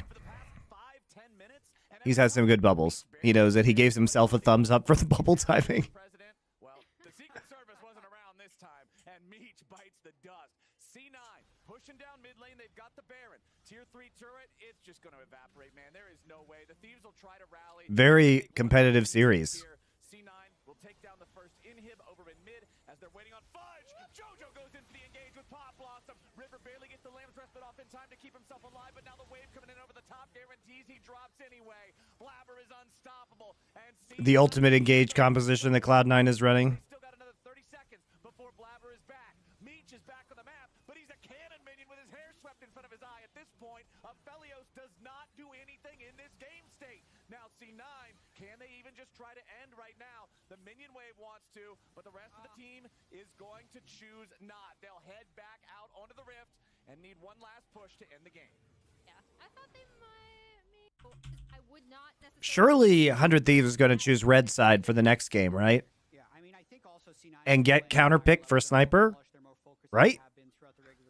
But I think they've been utilizing Fudge's experience in counterpicking top lane. It's something that was critical in most of C9's title runs in the past with Fudge, and they're doing it to sniper. I know. So I do think 100 Thieves. One item Aphelios, he's got Storm Razor compared to 3 items plus BF Sword I think he's been the most impactful as he just freely leaps into on Lucian.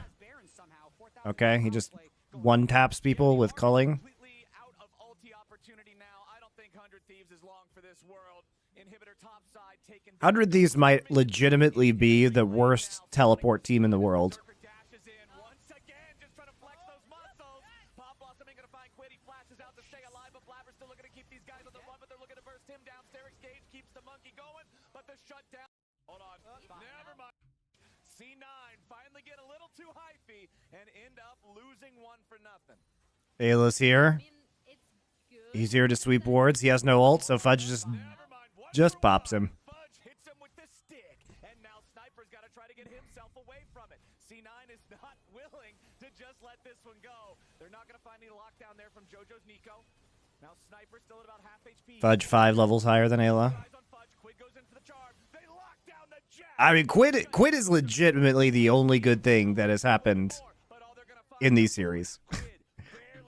Even then, his sway was caught out a lot. Keeping these guys going, but it's still 19 to 7. It's still 12,500 gold, and it's still 6 super minions spawning every single time a wave generates for C9. So, when is the Milky Way stream? Probably going to be next week, guys. I think the game is completely over if they just recall after one death. They get the Chemtech soul, they push in. We got to get through a lot of these playoff games.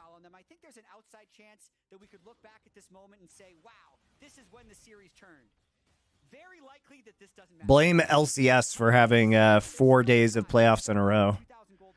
Because I have to get through these to watch, to comment on for my shows. C9 easily lock up. Chemtech Soul, probably not going to happen. Yeah. Jax is also just completely. He's at 3.5 big items. Like this guy is a monster. It is almost impossible to kill him. We saw they finally did take him down in that last one, but now Sniper here on the front line yet again. Berserker with a calling doesn't quite have enough damage to finish him off, but River's going to be your next target now. The Kindred's been the only thing keeping these guys alive. There's your tidal wave to guarantee it as Ayla flashes back into the fountain. JoJo with a 3-man ulti to guarantee. Look, we're relaxing the banger criteria. I mean, this is a banger by LCS standards, guys. Plus, quit whining. We're doing JDG versus top next. One game away from saying that Can't do it. C9 might have lost the point. This is the average age of LCS fans now, guys. one game That guy. away from guaranteeing themselves top 3 and moving them in 6. Specific games, I really most of it to track River, make sure he can't do anything, and then to be able to Yikes. Big yikes.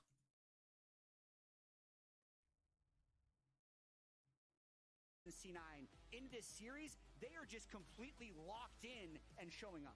So one of the biggest, most important changes coming into this third game of the series. This is the Isn't that Jack? Was it Jack? I mean, it's true. It's still true, even if it was Jack. I don't think that was Jack. Game about how Cloud9 was just saving the last pick for Fudge. They were making it easy for him to run this top lane. 100 Thieves doesn't want it happening this time around. Yeah, and I'm super curious to see what they do with this red side because I was going through their games, and on their red side games, they actually don't usually Dad League. counterpick That's right. or- I'm a literal dad watching LCS. They I am the actually, demo. They've only done it 3 times. One was the Riven. Actually, their demo is not me because I'm American. So their demo is now like Brazilians and Europeans. Cassante 3 times, where he was just blinding Cassante, and then a Renekton pick on 4. So I think it is interesting because historically, with red side, this isn't a team like FlyQuest, right? Where you'd be like, we're saving R5 for some insane counter pick for Sniper. So I'm curious to see what they want to do with that top side as we see the bans come through and the hover of the TF come in from C9. And I think it's just Of them 33 to 51 in about 5 seconds. I know. I know that feel, man. Season is because in the regular season, It's all right. I think it's Boomer stream for other boomers. That's what we got here. Power picks and play generally strong team fighting compositions and have success. All right, 100 Thieves did it, guys. They did it. They successfully picked red side, which they should have done in game number 2. Smolder, Olaf. This is smart, especially if you're planning on first picking Varus, because the Olaf is extremely strong. Like, you could see Olaf Karma into Varus, which is Varus Nightmare. Sniper also very good at Olaf. Rel, what? Guess we're going to play Kaisa into Varus. Okay. They take Nautilus. All right. Just going to take Yasuo straight into Ahri. So they wanted to first pick Ahri last game, even though they had a Yasuo counter pick ready. Interesting. Okay, Callista banned, so you can't do Callista support Varus. Why are we banning... I don't get it, guys. Can somebody explain...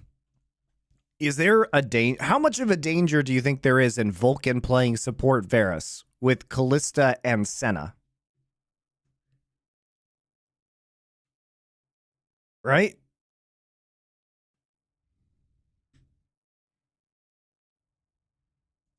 For some knockouts for Yasuo, Alistar is going to be the pick for Ayla. It's just a Yasuo comp. You knock him up and you win. Yep. Nothing to it. Solo Q special. Top Varus? Okay, I guess it must be top Varus. Because you already have the Nautilus pick, so I guess you're worried about Fudge playing top Varus. I suppose that's reasonable. Because there have been a lot of bans against ranged carries. And we have seen top Varus before. So they saved counter pick for Sniper. They did it, guys. They did it. What I think 100 Thieves really need to turn this series around is for Sniper to have something that can beat Fudge's Renekton. Because he has been very poor this series compared to Fudge. I think he has 1 kill, and it was at the tail end of that last game. Maybe he goes with something like... Rumble. Into Renekton, okay. This is finally he gets a good matchup in the top side. Finally, he gets a good matchup in the top side. The Rumble, Yasuo over the top. There's some serious team fighting power here. Yeah, I'm really curious. Also, good pick. They have a lot of backline threat on Varus with Equalizer, with Yasuo ult. They have Yasuo ult setup. They have Yasuo ult setup on jungle and support. Pretty good. Pretty good front to back 5 versus 5 team fighting composition, guys. This is going to be scary, though. This 2v2, very strong. This 2v2, very strong. They can get advantages.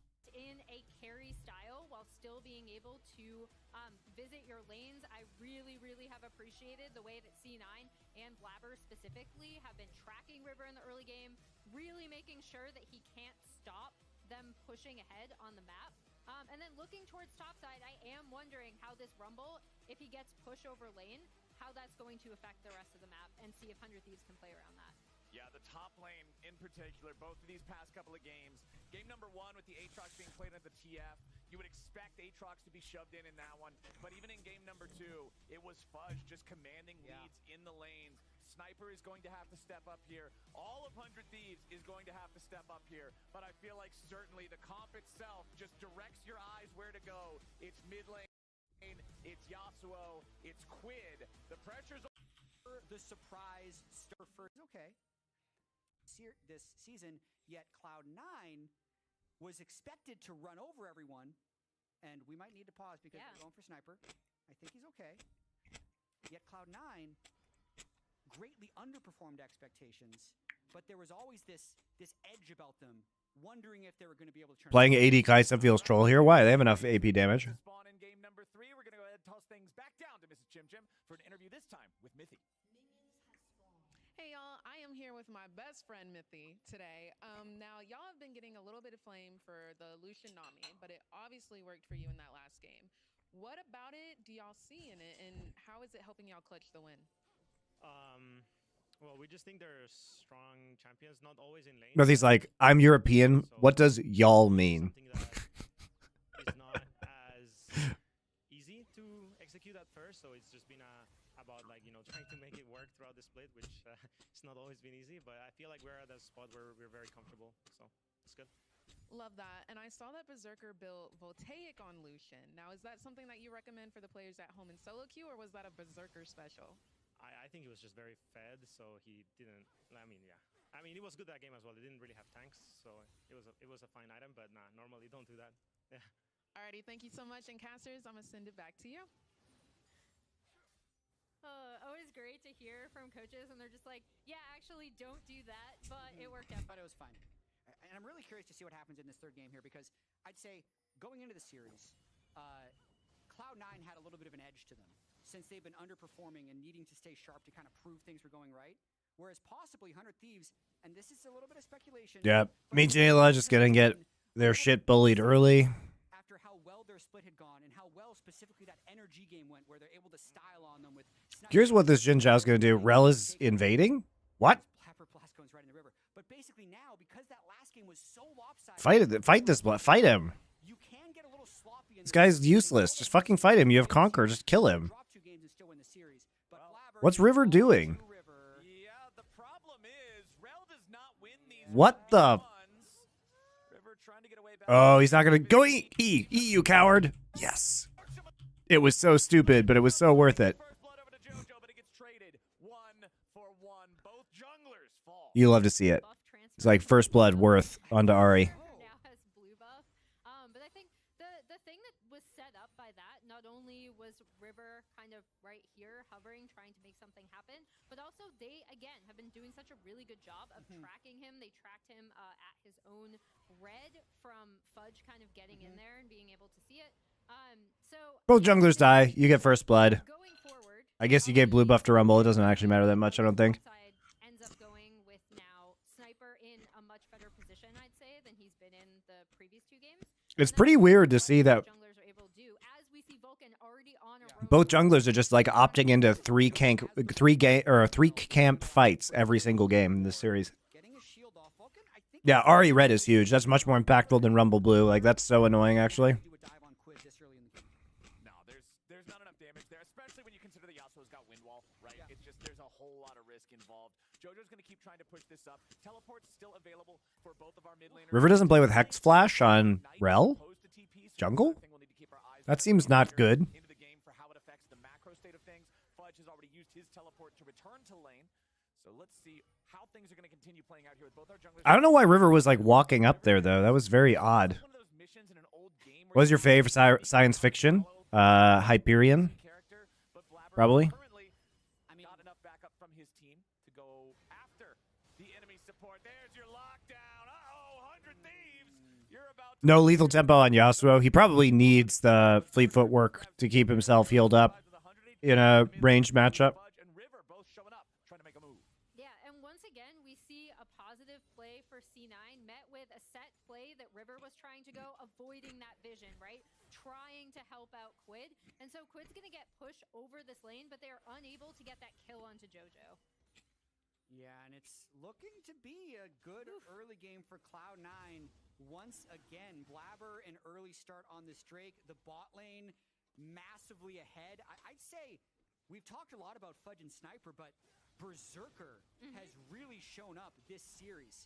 He was very poor compared to his standards in the regular season and has been very good in this specific series. 1,000 damage per minute in the first two games. Almost 1,000 gold up at 14 minutes in this series early on. And again, a big lead in the third game. First two grubs went over to River and 100 Thieves. Nicely done from JoJo. River and gold up at 14 minutes in this series early on. And again, a big lead in the third game. First two grubs went over to River and 100 Thieves. Nicely done from JoJo. Okay. What the fuck, man? To his standards in the regular season and has been very good in this specific series. You're playing Rel. How do you not get all the grubs? Almost 1,000 gold up at 14 minutes in this series early on. I guess he just smites because he's worried about this Ari here. First two grubs went over to River and 100 Thieves. He's shown up this series. He was But he knows Jin Zhao isn't over here. This is actually just illegal by JoJo, by the way. This is fucking illegal. This is an illegal macro move, guys. This is 100% illegal.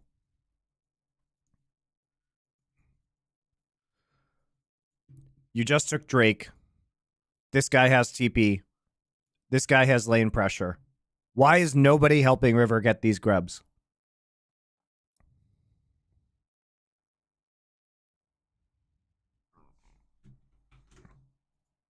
Season and has been very good in this specific series. 1,000 damage per minute in the first 2 games. Almost 1,000 gold up at 14 minutes in this series. Like what? And again, a big lead in the 3rd game. First 2 grubs win. Quid could have TP'd here, by the way. He TP's onto turret. Over to River and 100 Thieves. Nicely done from JoJo. It's so it's actually so fucking illegal, guys. Part of the spirit orb. JoJo from being able to have full grub control. TP not upgrade. That's true. That is true. It's not 14 minutes. You are correct. But it is still like Yasuo is still very dangerous in this situation, and Rumble definitely needs to be coming down. Compared to his standards in the regular season, and has been very good in this specific series. 1,000 damage per minute in the first 2 games. Almost 1,000 gold up at 14. Like how can they just make plays on both sides of the map when you are smashing top lane? Oh God. Away to the second part of the spirit orb. JoJo stops 100 Thieves from being able to have full grub control. Let's talk about JoJo's Ari for a bit, right? Because Sniper pooped his pants in this series. I mean, this is why it's very difficult to justify predicting rookies in playoff games. If he doesn't play that, kind of a similar situation where previously this was a pick that he would hop on that had the pressure in mid, but also pressure to sides, where he can roam, he can affect objectives, and I am looking forward to seeing more of that from JoJo in the series. Uh-oh. Sniper drops the equalizer going in after Fudge, but he doesn't realize Blabber's already waiting. What? Oh, and he... Oh! From JoJo in the series. He flashes afterwards? Like, your jungler just recalled because he had 0 HP because you... Sniper, we need to have a conversation. Your jungler had to recall because you made this happen. Because you refused to walk. So JoJo Pyun just makes an illegal move on the map. He actually steals a grub somehow, which is, by the way, pretty disastrous for you because now you're going to lose the advantage that you had because you picked Rumble and you had your counter pick and were pressing in. So you were going to be able to at least threaten 6 Void Grubs here. 5 to 6 Void Grubs, right? And so now, because of smite cooldowns, even if you have 2 smites up, Blabber can basically just walk in, steal 1 grub, and then you can only get 4. You then have River recall because he is at 0 HP. So he goes ahead and takes this. Okay. Oh, no, he didn't. It doesn't even recall. But you do force him to go to camps to heal up with his pet. Okay? So he's healing up with his jungle pet right now. Healing up with his jungle pet. All right, but he's not there to actually cover your pressure forward. Meanwhile, Blabber has recalled after taking Drake, and you are both level 6 now. All right, but Rel is now a step behind on the engage that you want because he got chunked out and had to fill up his HP bar with the pet. And then on top of that, you flash for no fucking reason.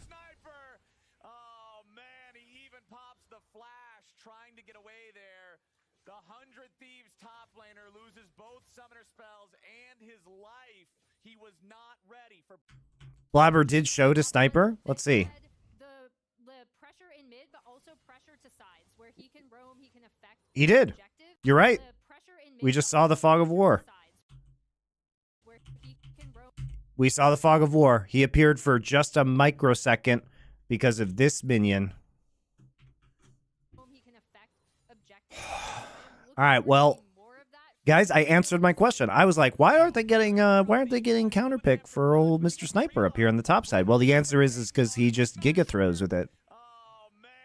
What was the point in getting him all these advantages? Nothing. He doesn't help River in the river. He just pops flash for no reason. And Cloud9 has just been sharper. They're winning all the skirmishes. They're fractionally faster to a lot of these ganks. And these things are decided on very slim margins. Like, River was up there. He was in the river. He was just half a second slow to that fight. And the Ignite ultimate from Rumble, that power spike, is gone now. and Fudge is able to assist in another kill of Sniper. League of Legends is not a game of seconds, it's a game of fractions of seconds. Yes. And just being there that little bit early Ugh. ends up being able to make enough difference to turn that kill into a freebie. Cloud9 already up 1,500 gold at 7 minutes in. Game 3 is looking pretty similar to the first couple of games. Let's take another look at what Sniper thought he had. Yeah. So he does not see Blabber. Oh, so the He was gets him with that. It visible. looked like he got him with that one minion, but maybe not have Yeah. noticed. Could have been a spectator bug because it was for a fraction of a second. No. And he just goes He saw straight him. in as once you flash stun with the Renekton ultimate, you're able to pick him up. Yeah, and I think the big thing coming out of Blabber's kind of lane coverage is, again, this is a really great style to see from Blabber in terms of he is able to affect his lanes. They're doing such a good job of tracking River. River is not able to set anything up, even when they think they have the setup and they have evaded vision and they think they have the play. The wasted flash at the end is just the shit cherry on top of the shit sundae that was that play. Not only a gold lead, but again, Blabber has also been first to that Drake every single game off of any amount of bot or mid pressure they've been able to have. And 100 Thieves really need to get one of their solo lanes going. It's how they generated wins in the regular season. Either it would be mid-jungle or it would be mid-top. But in every game, they haven't been able to get it. He flashed and missed his Q. Walks away from a gank. It wasn't just a gank, it was a shattering strike flash attempt from River that just didn't find the what he wanted to Jesus do, Christ, but guys. this execution on the mechanical aspect means JoJo doesn't even have to spend his own flash to get away. 100 Thieves might actually be the most fraudulent team in the world right now, finishing with the same record as FlyQuest, but in second place off of head-to-head, and then putting in this complete garbage tier performance. It is pretty easy to hit that third 3-talent strike. Fudge picks it up with the call to Meek, and I mean, Jhin Renekton does win the 2v2, so... And when I think of Blabber in lanes, I really do think of him going topside, right? Like earlier we saw it this year with the Nidalee Renekton combination, but even previously when This team is giga fraud. This team will lose to Energy, by the way, if they play like this. I think Energy's the favorite now, honestly. Blabber would be there, they would get ahead on topside, and that would be their in towards the early game on the top side of the map. As Blabber and JoJo Okay, Quid just... would get ahead on topside, and that JoJo comes in. Quid's afraid of charm, so he flashes the charm. Blabber and JoJo versus River, you do not win this. Now the problem is JoJo doesn't have a lot of mana left to work with. 100 Thieves, that might be the angle they could find here. Windwall goes down. Blabber knocked up by Quid, but that's not the target they would want to focus if they continue this. Charm again just flies out, hits the minion. 100 Thieves still with control here. Blabber sidesteps away from the potential knockup on the tornado. About 30 seconds until the Drake spawns. 100 Thieves would like to maintain river control, keep JoJo locked here in this lane long enough to do something about it, but JoJo's teleport is about to be up. It will be available here in, what's the timer? 15 seconds. The Drake also spawning at about the same timer, so JoJo will be able to take up back and reset. Blabber's coming in. Be up. It will be available here in, what's the timer? 15 seconds. The Drake also spawning at about the same timer, so JoJo will be able to take up back and reset. Blabber's coming in. Flash, EW. River's here. River's just here to... He's just a cuck, dude, watching his whole team get fucked. That's what he is. He literally is just there. He's like peeping out of the closet watching his whole team get fucked. There has probably been like maybe a minute in this entire series where a single lane for 100 Thieves was consistently winning. Like the bot lane has been pushed in the entire time. It feels like JoJo and Blabber have consistently kept Quid on the back foot, and Sniper seems like it's almost impossible for him to get a kill. So now JoJo teleports back in with items, and they go for more. Ayla is the one getting jumped. Blabber has ult. The Alistar's pretty tanky, not tanky enough. Vulcan's got the kill here at the start. Blabber keeping alive with the ulti, but he's about to drop. Shutdown goes over to Quid. It's alright. Renekton's here. And Fudge has made his way in from the back. The Dominus is ready to rock and roll, and Berserker takes down River. Oh my god. Oh, the charm too. Amazing. This game 3 is looking just like the first two. I was looking at that order and I was like, oh, Fudge is coming in, Fudge is coming in. They didn't even seem to need him in that fight. That's the best feeling as a team when you have extra resources that you don't even need. You could see 100 Thieves just needs. I mean, Kaisa can't do anything. There's actually no follow-up on the crowd control because Kaisa is kiting out Nautilus ult. Jojo, by the way. No wonder they first picked Ahri. Very nicely done. Contribution he makes to this fight is this final stun onto Quid after the charm has landed. So what is that goal lead now? 4,000 at 12 minutes. The early games have been absolutely disastrous. I'm a C9 stan, and honestly, this series did not really convince me. Yeah. I mean, it really, I mean, Cloud9, to their credit, has had some really good setups and team fighting, and that has been something, but, like, they are just also doing illegal things and getting away with it. So, Jojo looks good, though, on this Ahri. I mean, he was good in the last game, even if he gets hard camped. I love Epilepsy Rift when the Drake is taken, guys. It's my new favorite thing. How the entire Rift flashes after a Drake is taken for no apparent reason. And 100 Thieves, if they do lose this series again, are not eliminated from playoffs. It will just knock them down into the losers bracket. They will then play on the weekend, so they'll have a short amount of recovery time before their next series. If Cloud9 wins, they would have their next game next week in the winners bracket final. Look how unafraid Blabber is. He's just like, yeah. He's so strong. It's fine. Yeah. Like, I can deal with whatever you guys You're going to dish duel out. the Knight's Vow dude with your Sundered Sky any day of the week.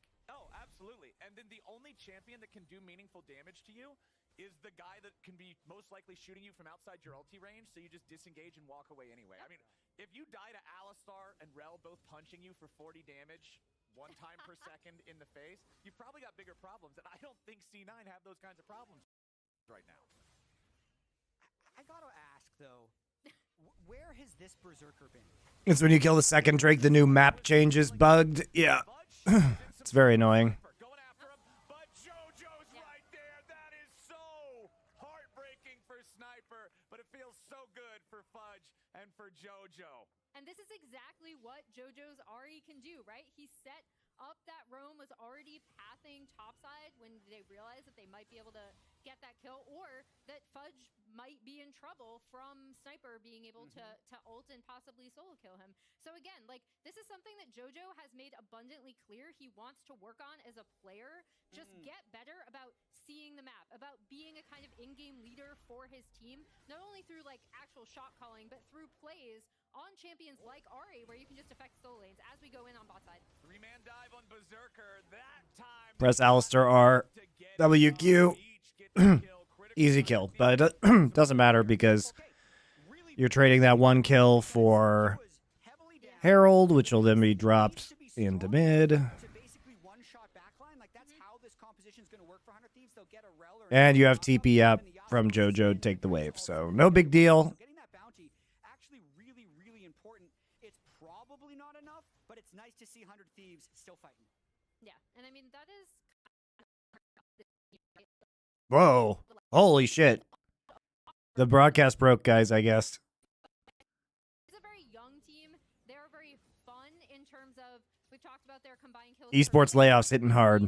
Today, most of those kills have been on C9 side, but we've seen a lot of bloodiness, a lot of fighting. They are very willing to fight, maybe not necessarily when they should at times. Maybe they don't have itemization or their comp isn't online yet, but I do really appreciate that about this team because they will continue to look for flips. They will try to look for windows where they can make picks or get team fight wins. He's dead. Yeah. Fudge wants this one, and Sniper does not. He'll try to walk away from it, but no. Dude, he's just going to die to the Renekton Sunfire Cape ulti. 2017 Samsung? What's the significance there? Chat? He's a QV fan, obviously. Tell us. But there's something to it. I just don't know what it is that his little Zoomer brain has, because he was 10 when that team won. Zoomer brain. He was 10 when he spammed that when that icon was made. Oh my gosh. How do we know he'll even remember? Dear God. Anything from when I was 10? That part of my mind just doesn't work. So like Core JJ won that world championship. Sniper was 5 years old when I first started casting League of Legends in Korea, guys. All right. Maybe we'll figure I'm it out. old. JoJo lands a charm on Quid, takes half his HP as JoJo and Blabber try to get away, but the Wombo combo comes down on Blabber. He uses the ulti to Nice flash out. Here comes Renekton.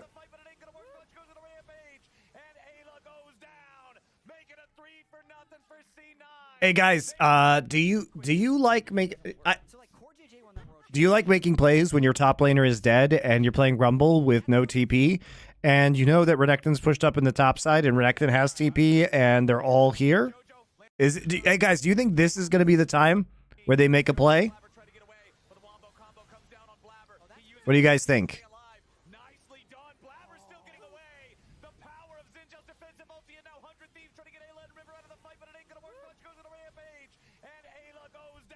Yeah, very good. Although, credit to giving Sniper a champion that doesn't have teleport, so he can't grief teleport anymore. Just an absolute shellacking that Cloud9 is putting on to 100 Thieves. This is their statement series for how questionable their regular season has been. The 3 best games they have played as a 5.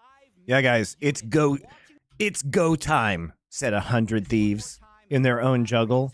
It doesn't matter if our top laner is dead. It doesn't matter if their top laner has teleport. We see Varus in the mid lane. Therefore, we are safe on this engage. Oh! Does Jin Zhao have ult? Oh, that doesn't matter. He's going to be able to E flash. Flash. Out. You can't deal damage to him. W's through your entire team. JoJo's here. Berserker just literally ghosts down to throw out Chains of Corruption. And then everybody dies. At their backline, they have no answers for him or Blabber right now. And I really love the way that Blabber plays it, because he uses his audacious charge after he pops the ulti to get far enough away from Quid that Quid can't chase. So now it's just 2 meatballs and Meech. Then he flashes away from Meech. All that's left is 2 meatballs. Blabber does not care about either of these guys. It ends up working out beautifully. And now he's just stealing away more chickens. The man is running the map. 8,500 gold lead. 2 Drakes to 1. The Grubs 0 and 4 and 0. That was that legitimately, like, I understand that it's a desperation play, but there is no hope of that desperation play working unless Fudge decided that his finger fell off and he couldn't press F for his teleport anymore. But I think the things that have made this series so one-sided is the fact that Fudge has also completely outclassed Sniper, and Berserker has been him. Right? Berserker has not been him in the regular season. My opinion, he's not going to make first, second, or third team All-Pro. He might, but his actual performance in the split was not that strong. However, the quality of player he is, people still don't necessarily doubt that, and he is absolutely turning it on this series. So you'd say in the series, he's much closer to the Faker side of that graphic than the Raz from side. last week. Yeah, but it's a bit of damage. Fire cannons, the damage very. Understanding roam timers off of what they can do from bot side pressure. And I think if there's something Good morning, Kalior. About this C9 team, it isn't necessarily an individual performance, but it's how they're translating their actual advantages to objectives and really stifling anything that 100 Thieves wants to do around the map. And I like that you were bringing up objectives and playing around the map, because now we're getting to the point of the game where, since this Rumble Ignite didn't work out, it's going to be a big disadvantage going forward, not having that teleport for the side of 100 Thieves. Good night, Gerbils. Looking for any kind of an angle.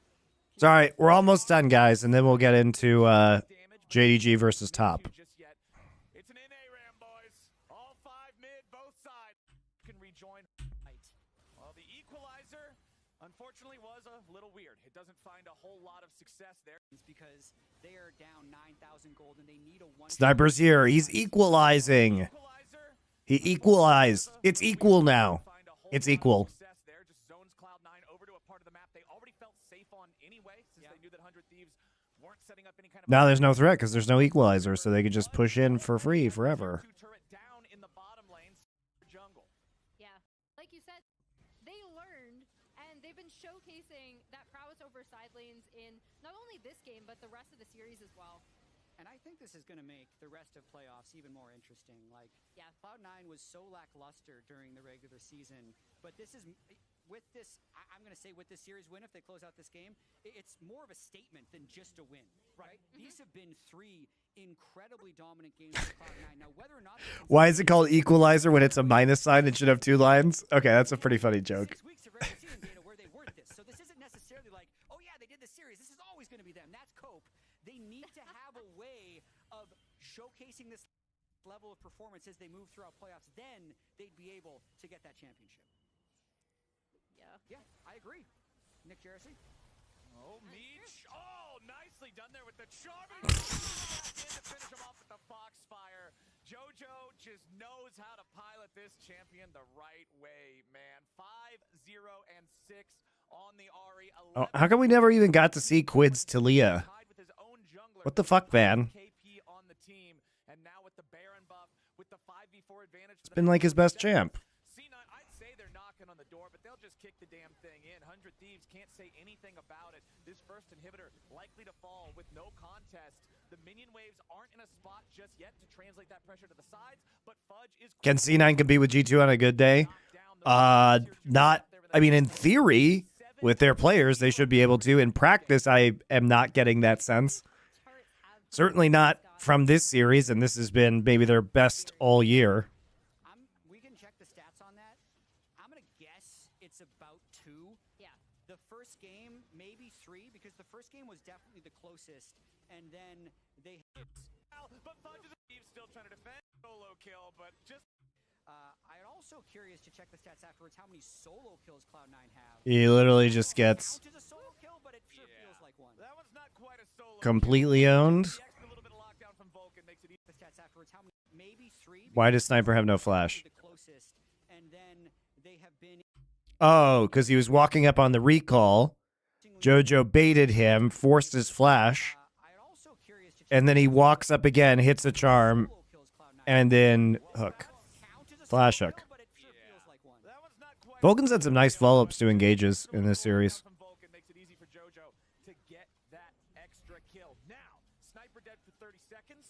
100 Thieves still trying to defend. JoJo might be ready to recall here, but Ayla goes in. Were G2 and 29 a fluke, or were they just that good? They were really good. They were legitimately a very good team. You don't win MSI and make World Finals in the same year unless you're a good team, guys. Spoiler. You actually have to be good and consistently good to do that.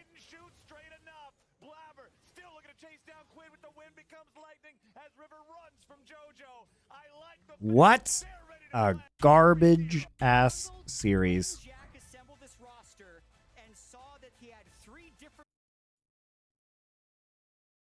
Time for some LPL. Follow the channel. Subscribe to the channel.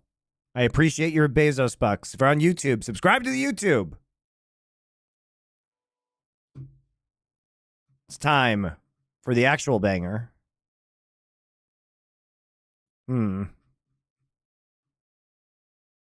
This has not been updated. I will have to locate it. One moment, please.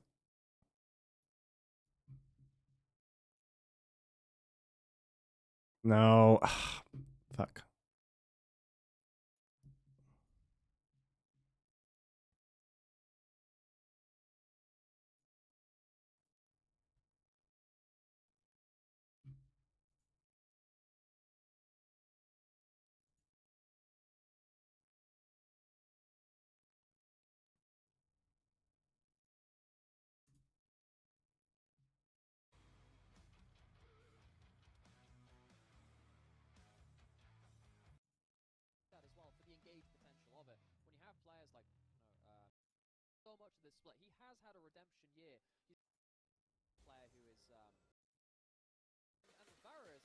Really good individually in terms of Good. Nymeris casting, my favorite LPL caster. All right, we get right into champ select. All right, I'm gonna go to the bathroom. I'll be right back, and we'll start this. Follow the channel.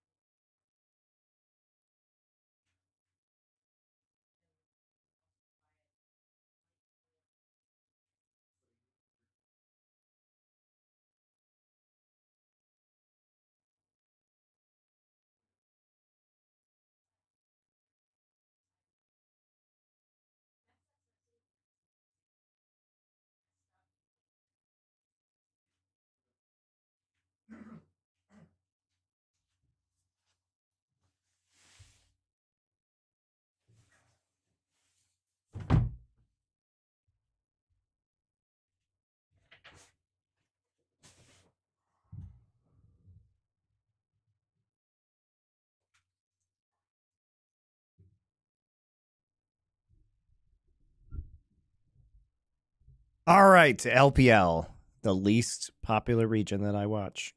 Lose all my viewers. Watch LPL.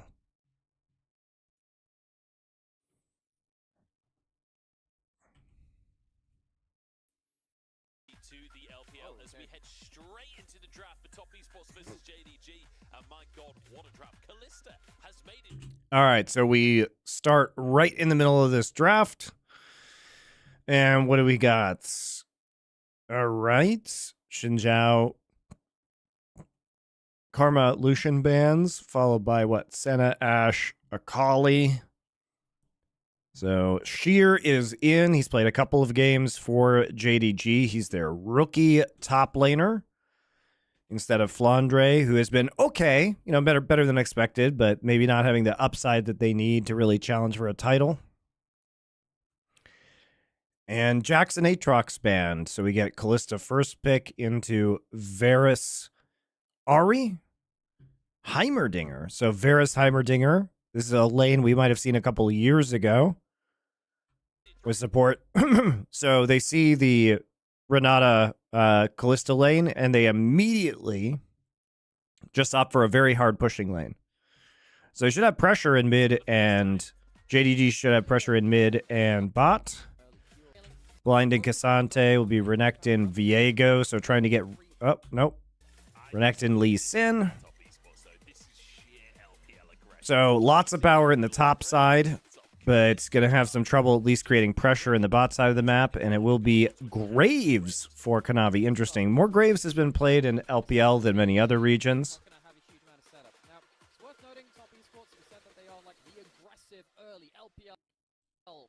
So Graves is going to be able to invade. So I guess the philosophy here is that they want to skirmish with Graves Ari in the mid lane. It's pretty devastating for this way. And Graves wants to do a lot of invading with the pressure around the bot side.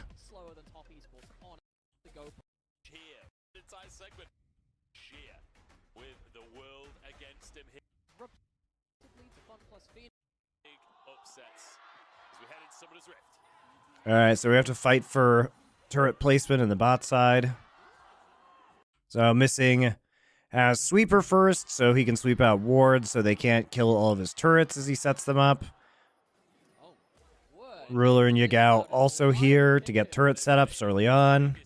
That's for sure. The arena is packed today, and I can't say I'm surprised. If I was over there, I was in Beijing, I would definitely be in the arena today for this one. Yagao finding Cream, a charm to start it off as Kanavi charges forward, electrocute proc already. Wow, it's a nice chunk to 50%. That's going to be pretty huge right at the start. They're trying for, they look like they might be trying for an invade. 369 is here. Sheer is waiting for Kanavi. He's going to take Q. He's got bone plating. Does take more damage, though. A little awkward.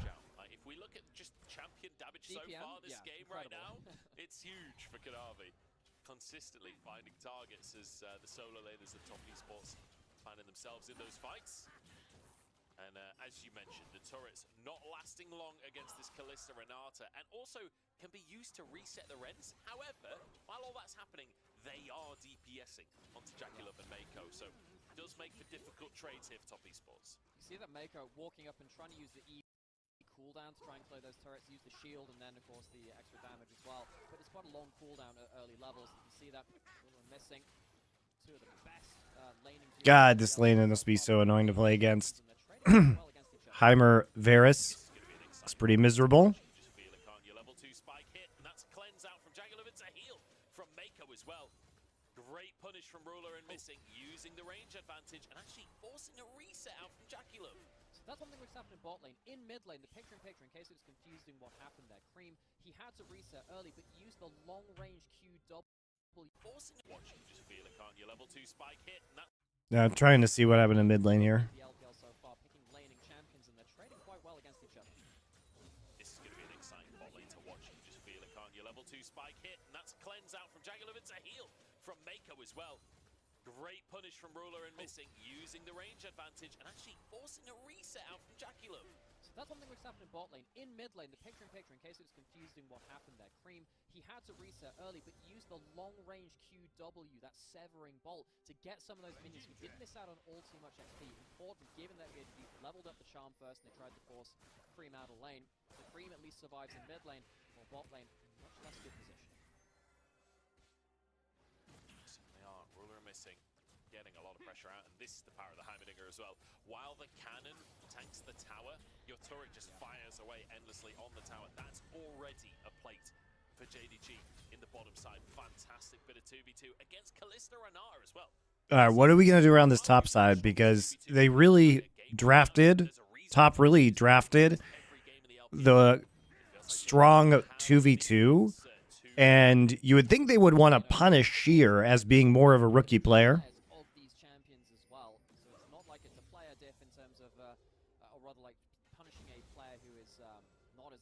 On the champion, it's not their favorite thing. Both of these duos have gone towards early kill pressure TVTs many times in this split. Bot side 3v3 with the junglers now coming down here. Might change the equation though. TN fully out Navi. The Lee Sin, very scary in early levels. Yeah, the battle for the crab. Is 369 actually pushed underneath the tower? Nice little combo there from Sheer. But TN will be able to grab that crab for himself. Eiko and Jackie have got to be a little cautious just in case Kanavi tries for something in the bottom side. But I guess they're just going to let Sheer be alone in the top side. Not punishing the rookie at all. If you look at some of the games that LCK teams played in the very early parts of the split versus Perfect, you know, they really tried to make his life like a living hell by ganking him constantly and pressuring him. And I guess we're just not going to see that. JDG, and they went towards so close to that golden road. Champion which had a lot of success on, so Sheer, not an easy time against one of the greatest top laners the LPL see. It's not going to be easy. It never was going to be easy. Renekton actually 369's most played champion of all time. 43 and 21 on that pick. Not that surprising that it's his most played since he's been in the LPL all this time, and it's been better in the LPL basically forever. The start of this year was basically the only time we've not seen Renekton in the meta. And lo and behold, he's back again. The croc up top.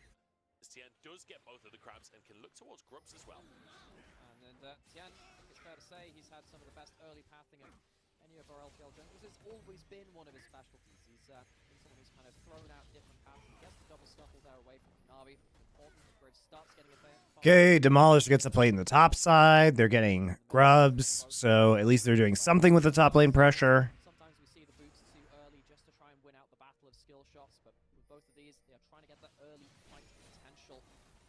Well, as we said before, JDG have less ways to start fights. It really is on a clutch stun from missing, which is quite hard to land because it's not that long range from the Heimerdinger, or something like a charm. Trading for a cross map for Kanavi on the first Drake. Right now, but Tien moves up towards that top side and did go for the Drake. So slight advantage there for Tien, and perhaps an opportunity to get out on. Again, I'm a little bit worried that because there's little setup and both of these teams, well, at least JDG, they play quite slowly. I wonder if things are going to slow down a little bit. We have got the level 6. It's kind of on your gal. Watch out to see if he can get himself and be the facilitator, which he can very much be. Pretty slow early game, just like mirror jungling, cross-mapping objectives. Ruler and missing, actually not getting a tremendous advantage in the spot side. See, Graves is covering right there, but his, actually has to flash.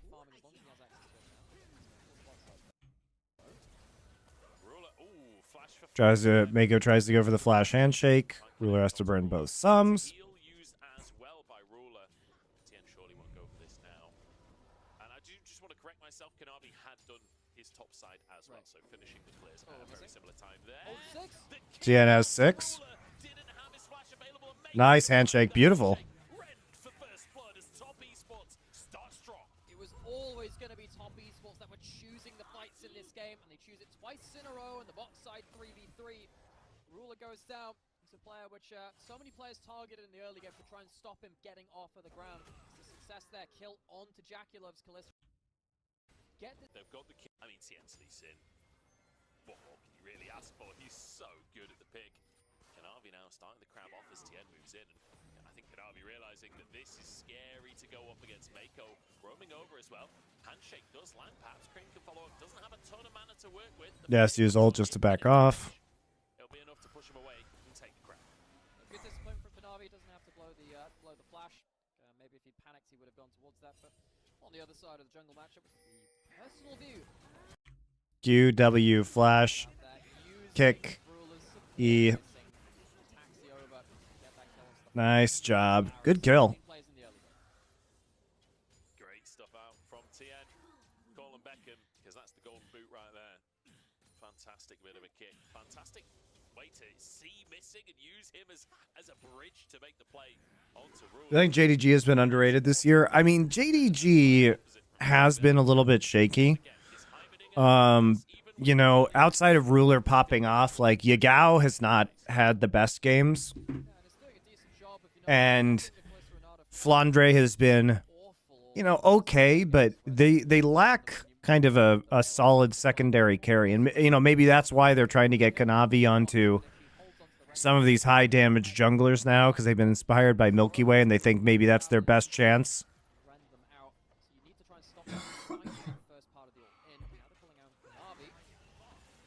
Could be a big fight here, but Mako has his ultimate face call used to keep Mako safe here. And it looks like gonna call off on trying to all in for this one. Realized that Yagao had roamed away. And I just want to point out as well, we're seeing once again top esports versus JDG. Last year that was Knight up against top esports. This year it's Yagao versus top esports, but without What do I think about the shutdown system? I mean, I'm not in general, I'm not a fan of rubber band mechanics, but League is so snowbally that it's nice to at least have some level of hope. Like, League is so snowbally, guys. It's like one of, if not the most snowbally esport. Two players which are not of the level of veterancy and the real elite nature of the other players on their roster, which have been given a space to really evolve as players and try and reach that next level. Cream has been good for a long time. Has he been elite though? He's not really gotten himself into that upper echelon just yet. Shear's only just starting off his LPL journey on the other end of this. And they have a lot of What are the Tarzan rumors? I don't know. I have no idea. It's pretty crazy that he's not on a team. And it does feel like either of these organizations have got such a legacy to fulfill, but enough about legacies. Tien moving in to try and steal away the grub, but can't get it. JDG grab 3 for themselves, evens that up. 369 starting onto Sheer. Tien nearby, but Tien much more interested in the Rift Scuttler. But as I was saying, the kind of legacies... Okay, now we move down onto Drake. Not even really sure why we were contesting for that if we're top esports. It's a little weird because they had the first 3. So, like, why do we need to go after this when we could just be using our Callista to focus on taking Drake?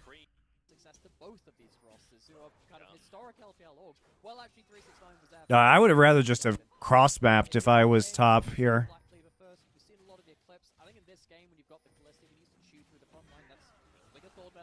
Callista still Ren Max here.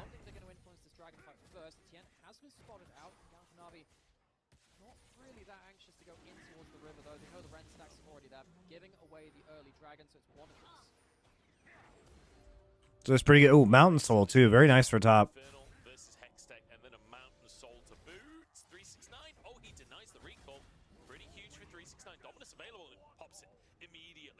Ghost angle for Sheer here, but looks like he's just out of range.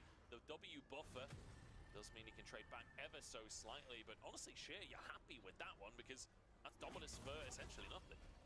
To an extent, the thing is, 369 is going to teleport back anyway, so you could just say that 369 is just trying to get as good a HP trade before he goes back and effectively uses it as a full regen situation for himself. He can do that whenever he wants. It's Sheer, the one that's recalling now. They both are. Sheer, no teleport to influence the rest of the map, but still has a lot of eyes on him. He played, he's played another series now as well. This isn't his first series in the LPL. Very strange, just something made straight into top esports. But what we know of Sheer as a player is that he has been a very solid individual laning player. When it comes to judging some of the longer fights, he's overstayed a little bit. There was a game he played on Udyr where he overchased for a kill and then kind of ended up losing his summoners, losing his life, and then Shane dying a bit after that point. But the individual laning phase has been very much on point from the rookie top laner, JDG. And it does feel like that's the difference of whether or not you've got a ton of experience. Okay, top setting up for Drake in the top side right now. Or not Drake, I'm sorry, Herald. Than what you expect in solo queue, what you expect even in like the LDL. Like the LPL teams are some of the best at punishing missing summoner spells, especially with aggressive compositions like, for example, Lee Sin. A very low action game, guys. Like 1 kill at 13 minutes and like very avoidant early jungle pathing. Still has his ghost. He's on the Cassante relatively safe. He's doing a good job so far this game. And I don't think 369 will have much of an angle anytime soon with that Thornmail in his inventory. No, and that's why he's going for the Black Cleaver, and he's just saying, look, I'm going to help out Kalista and Lee Sin at some point in the game. It's not really about the individual lane. You can't even hit the turret that easily. 369 going back towards the side lane. Yugao maybe get himself a charm here. It's not that much damage just yet. Yugao got himself onto his first item. I wonder if he's going to go towards something a little bit more Leandry-y, because you've got that Renekton. Kanavi finally trying to do a little bit of invading here. Super even game so far. Did you see Riot patch the game right now? 1 week in advance, they did.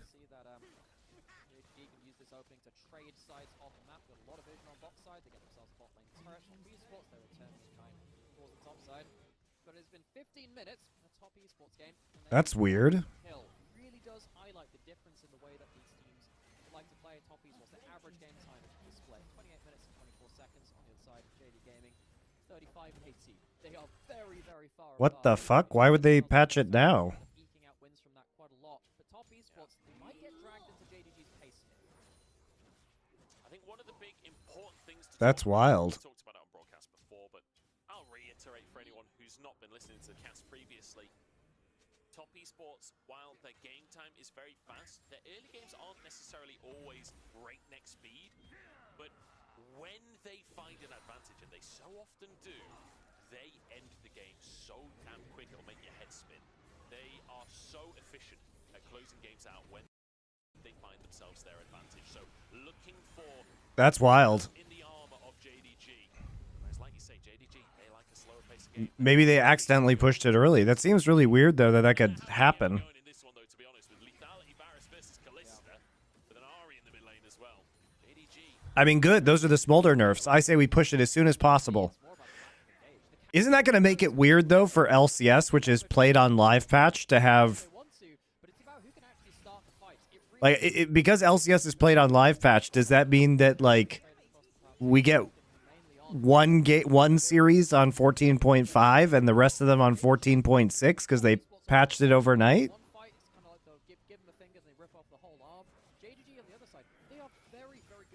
Isn't the patch... Oh, is the patch locked for playoffs? Fair enough.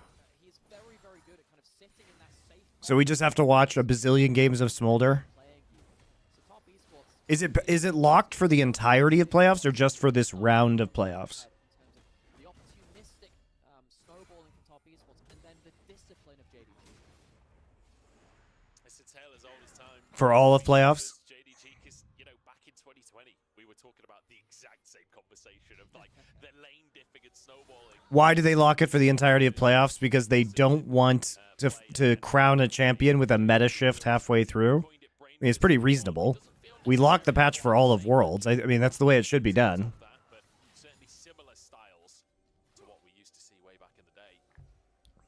Whole playoff, otherwise it would only be finals. No, it would be next week's. It would only be 1 week of 14-5. Next week should have, if they're playing live patch, next week, the next round should have been 14-6. But that's okay.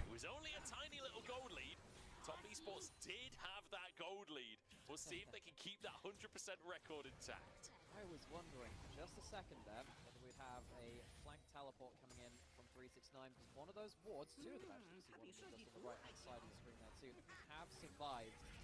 There's no objective to fight around right now, but if top esports find themselves a way to get Ruler and Missing out of this mid lane, it could be mid lane turret going with it. And after that, the plays become a lot more easier on JDG. It's hard to find those plays right now, with Ruler has both summoners Missing does too. Particularly if you have to dive into the Heimerdinger turrets, is so annoying. And imagine even that Missing just ends up with Rylai's in this first back. That's where the champion really starts to change this Heimerdinger, because what's the I think surprised a lot of people coming into top esports, swapping out Flandre. But honestly, Flandre hasn't been having the greatest split of his career. At least we're not getting the playoffs that matter, i.e. LPL, LCK on 14-5. Losing pretty hard against the Renekton. The fact you're doing this well in CS, the fact that Those should all be on 14-6 because they don't start for another couple weeks. 369 usually brings to the table. I'm pretty impressed by Sheer this game, even though not a lot has happened. What are your thoughts on a longer patch cycle? Well, if we had a longer patch cycle, we would have to deal with Riot's insane bullshit not getting nerfed. Like, how long do you want to wait for Smolder to get nerfed, man? I have maybe just cursed him there. Sheer now goes for the all-out, dashes away, and will be able to get out to safety. Beautifully done. so it delays a little bit on the bot side, but not really. Excited to see FBX in best of 5. I think they're going to get smashed in BO5, dude. I don't think you are excited for that. They literally are like a one-note team.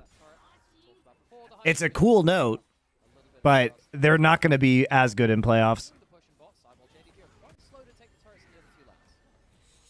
Training onto Sheer as well as TN.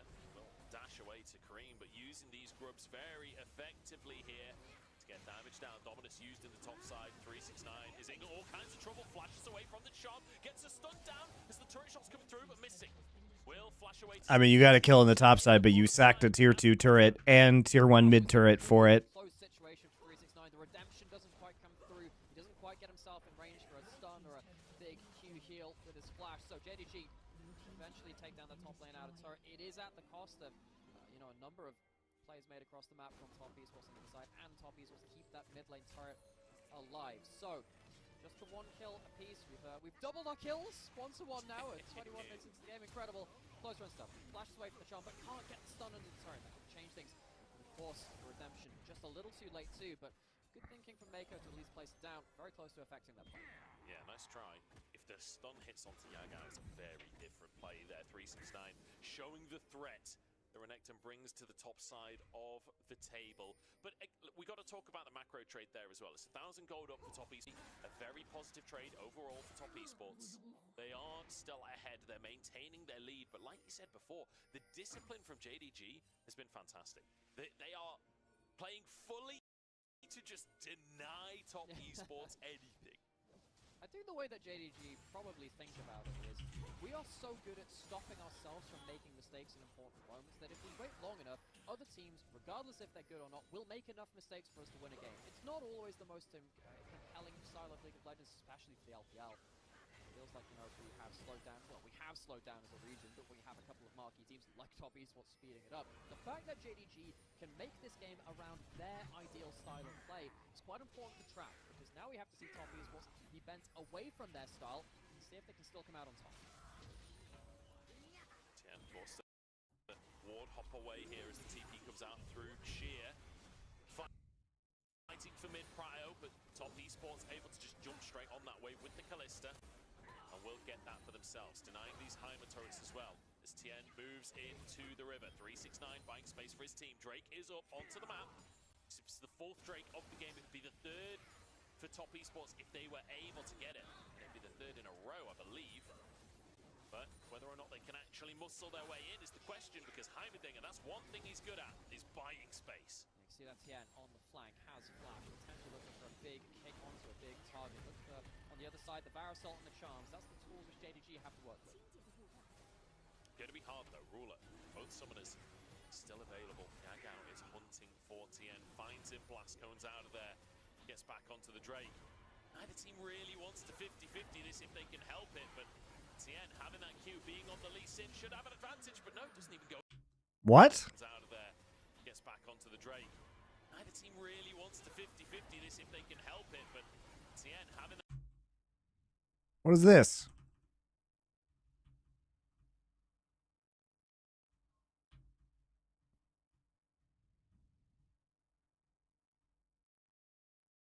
He just autos it and smites it? They just don't feel like rending?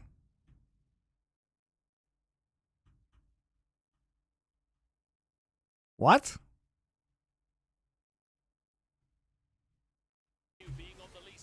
What? What? Why are we not?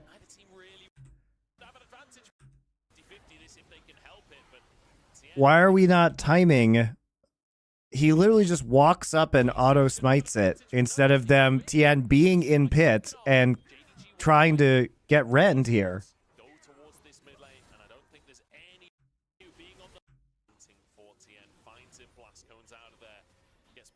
And what is Tien doing? Well, he's throwing the Q. Why doesn't he Q Drake so that he can actually work on executing it? He just stands there. Okay. Could have just had two Mountain Drakes, been on Soul, been on Soul Point. Very surprised that Top didn't look for a bigger fight there, especially with the work that Cream put out onto Ruler and missing, almost winning out that. Like what? Despite the fact that the annoying champion around these kinds of objectives. So, Top Esports, that's a bit of an unfortunate moment for them. Of course, giving a Mountain Dragon over to Sheer as well, also not great because Sente scales off of those resistance. Very strange, guys. Very strange. Really tanky anyway. So Sheer benefit. He's probably the biggest beneficiary of that dragon. Feels like a very reserved Top Esports today, and you have to wonder if part of that is down to the matchup, the reputations these two organizations have, the rivalry that these two organizations have had over the years. You expect both teams to take this very, very serious. Yeah, you've got 1,500. With the way that they're still, this is kind of an awkward moment to go. They're just gonna do Baron. Either team right now, it's all going to be down to execution. Yeah, and I think that JDG, with the way that they're still, this is kind of an awkward moment to go. They're clearing pit of vision right now. For him, well, actually, say that he's forced it nonetheless. He has gone towards that Leandri. He does significant damage to 369 with no magic resist on his character. It means that both Leandri is doing the hate shredding, and then he looks to flat pen. He's quite good. There were like 6 Callista Spears in it. It wouldn't have killed. That's not what I'm saying, Diablo Smiles. Welcome, first-time chatter. I'm saying you Q with Lee Sin onto Drake, and you coordinate Ren Smite so you actually get it at a higher HP, which is what good professional teams do with Callista. Okay? I don't think it was going to kill, but I do think that Lee Sin should have been in the pit. Dear Xy, thank you for your Twitch Prime sub.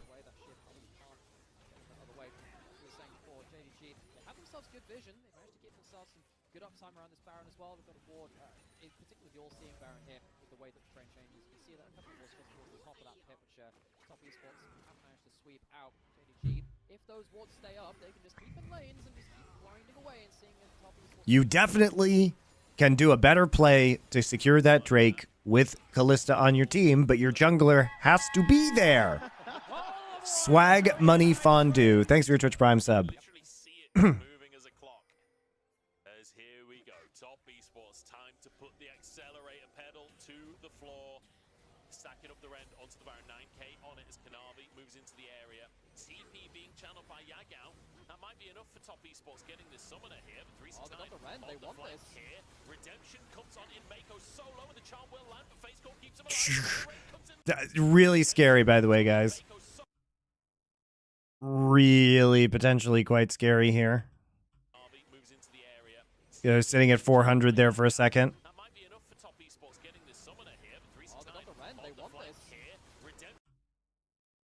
Because they're at 300. Kanavi's coming in. He actually gets slowed up by Hui. And he tries to shoot the ult, but the ult misses because Callista ult pulls Mako back in. But it was a bit butt clench right here.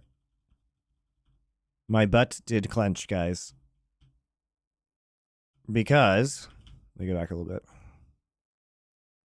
It was sitting at 400 for quite a long time.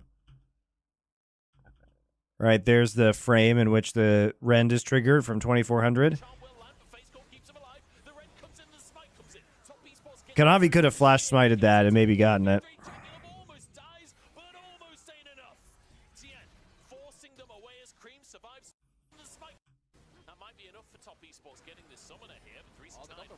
Yeah, I actually don't know why Kanavi doesn't go into pit here. Why he's dashing this direction. It's weird because he doesn't put himself into... And, like, Graves should fucking love this area because he has ult up, so you should be able just to ult right through here. So I'm a bit surprised he goes this way.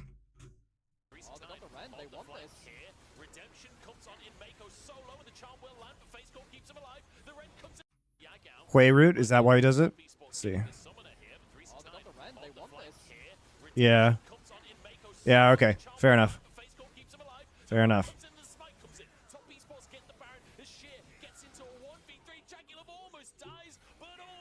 It's well played by Cream, actually.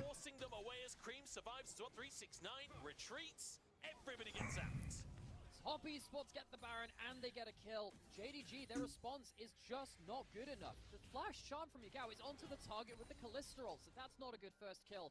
And now JDG, they don't get enough out of that. Tien is now behind. And the TP's coming on through as well. Tien might be able to find Kanavi here, looking potentially for a kick as he jumps on in. Gets the flash out from Kanavi. Wow, 3 kills at 26 minutes? Am I watching LPL, guys? Both solo laners TPing in to get pressure out onto the map here for top. So JDG make that first mistake. It's not top. Top are the ones which have now got themselves into a really good position in regards to like snowballing this game the way that they typically do. So Top esports with the advantage. And once again, we talked about how fast Top esports close the jaws on victory when they get their advantage. You can see 3,000 gold lead, and it's only going to increase with the tier 2 going toward. Okay, all tier 2's down. They saw this going down. I have full information of this. The teleport's a little late, but I really want you to watch just how hard it is for JDG to get themselves a clean engage. Yagao, he's the person you've got to watch, but Mako's the person stood in front of things, and the flash chant goes onto the Renata. You can't realistically kill. The ult from Sheer is also onto Jaculov, which I don't know if that's really a good thing there. I think he's trying to keep Jaculov out, so we can't. We have a brief moment of respite here. It's well played there by Jaculov 4,000 gold lead for Top esports. 2 Drakes apiece. and Mako. TES in prime position to get a third one here. JDG look like they want to contest. They look like they want to try and fight for this one. And remember, fighting in the rivers, using the Ari, using the Barris, this is where JDG can find their poke advantages. It's just a question of if they actually find those advantages before the objective goes down. But Drake already down 6k. And it looks like Kanavi's not even going to contest with the smite, trying to find Cream on the opposite side of the play. But Drake, There we go, rented at 1,300. No chance of a steal. Even if Kanavi been there, but he just walks away.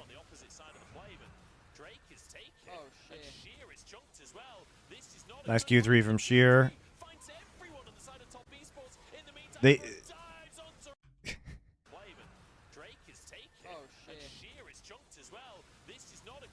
I mean, they... Nice turn with Mako and the Callisto ult on the other side.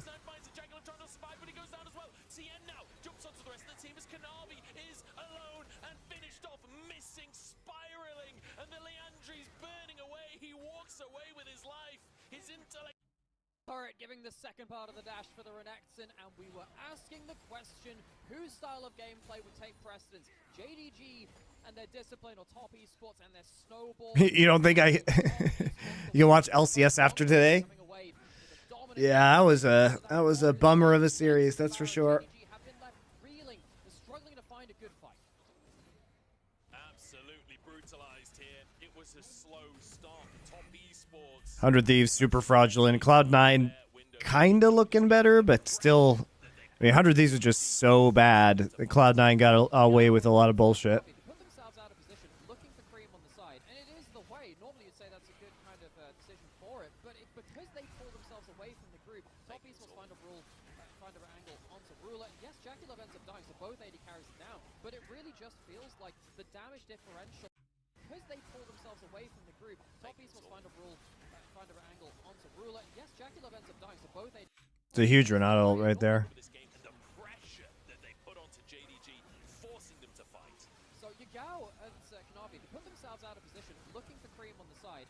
I mean, they just all in on the Ruler.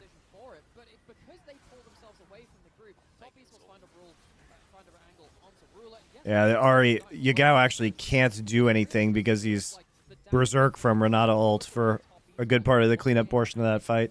Down and off the table, especially if Ari's not been able to get onto the correct targets as well. 369 cleaning up house at the end. What a great ult from Mako, getting behind enemy lines after diving. Are these teams 2 and 3 in LPL? Yeah, these are. You know, BLG I think is definitely the best team right now. It looked like it was BLG top and then JDG, but after this series, maybe we have to reevaluate that a little bit. I don't think so though. Well, that's a good question because, you know, they do have a damage carry in the jungle. You have a Varus who pretty really is just on Suze now to see if One shot after years of the roster. I've said it a lot of times over the last couple of years. Jackie Love especially feels like maturing a lot as a player. But as a whole team, I mean, everyone feels like they're in form pretty much. Tien having a great start to the split. He's a player that's been criticized a lot on top esports over the last few years. Feels like right now, this whole squad is just a powerhouse team. Top esports, they didn't even get themselves to see international competition last year. I think by their standards, that's a failure of the year. And they take down the international powerhouse from JDG. 369 is on the back line. Basically one-taps Ruler. That's surely the game-winning play from 369. Yep, that is it. It is over. That was a pretty boring game, guys. Coming out from top esports. What a great little game number 1 coming out from LPL. Wait, what the fuck? We're already into game 2? Into game number 2. We're not even having a break. We're already 3 minutes into this next game. What the fuck, man? All right. Let's see what's going on. Who knows what draft looked like? Jackie Love gets Smolder, I guess. Cream, Oriana, Yagao on the Ari. Okay. Ruler on his beloved Xayah. I mean, Ruler Xayah is one of the best in the world. This guy is so fucking good at this champion. We're going to catch up to the live game. So looking at the draft, it's JDG on the blue side this time around. They've got Xayah, Rakan, Ari. You know, LPL really taking those pre-recorded drafts to the next level. They just pre-record the draft and the first 3.5 minutes of the game. The last few years, I don't know what is.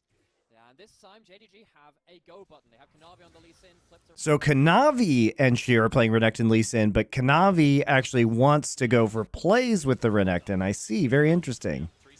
Didn't see this last game. Okay, first blood. Nice. Full clear plus scuttle into immediate tower dive. Nice coordination between Sheer and Kanavi.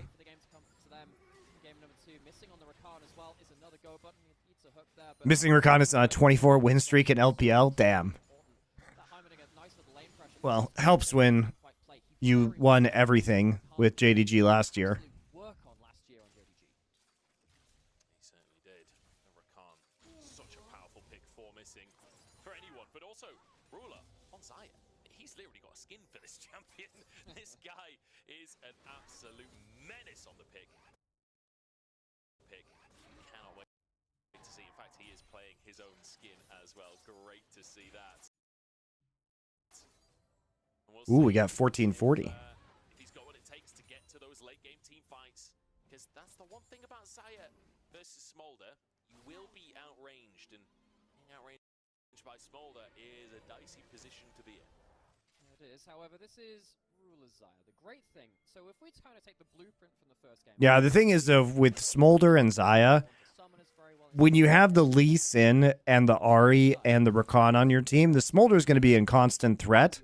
So the Xayah should be able to walk up because there's no way Smolder is just going to be poking from max range. They should have some pretty good backline access here to deal with Smolder. And if you punt him forward, then Ruler can actually just root the Smolder and kill him.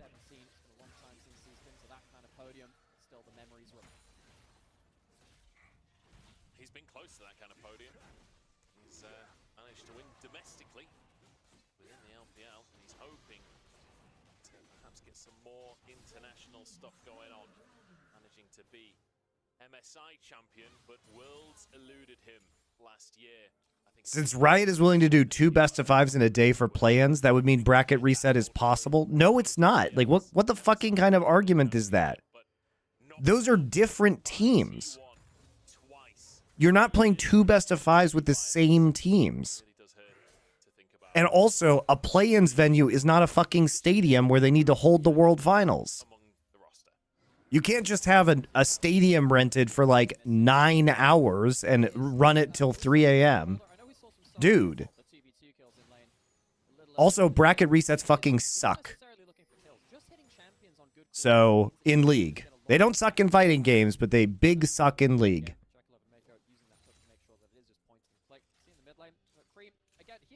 There's a winner's advantage. You have side selection, you play fewer matches. That's enough. It's like you're trying to tilt me. It's a good laning matchup. I like the Oriana matchup into Ari. You can check her out very well. You can see that's leading to a CS lead, and Yagao, you'd love to have a bit of a break from that, so you can actually start making some of the plays that you couldn't quite land in the first game. Simply finds his opportunities. Good to see though that JDG Jack Etienne subscribed. I just saw that on YouTube. Hi, Jack. Congrats on your win.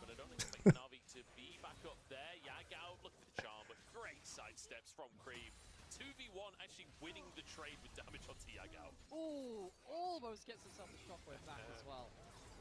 Ignite. The bottom side roll is in trouble. Jackalope trying to all in as his mom just sort of misses the mark on that one. Burnt the cakes in the oven. Was late to school. Monty, how come they don't have a best of 3 at best of 5s? Well, that would be the ideal solution. Best of 3 at best of 5s would be fucking sick. We did that with Overwatch League, actually. The real reason why top esports can accelerate so well. As soon as they get on the board, you show an opening. It's going poorly for you after that point. Good couple of hooks coming out from Meg. Gets himself the shockwave back as well. Ignite. The bottom side roll is in Nice job just focusing on Ruler on that engage. his mom just sort of misses the mark. Jagulov actually not doing too bad at farming on the Smolder here. I want to see his stacks. More like stacky love, am I right?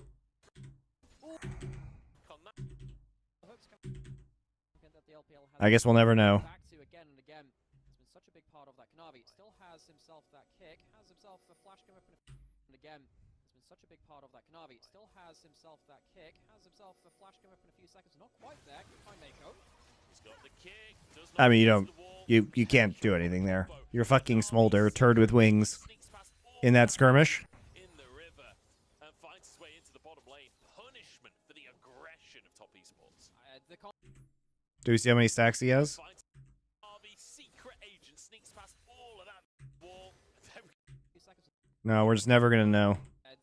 It'll forever be a mystery. So much more playmaking in the early game, and top esports, they were the ones that kind of controlled that a little bit in the last game. Tiana released him. And now 369 throwing that ult down top, so he can't quite get that knockout onto Sheer to lock him under top.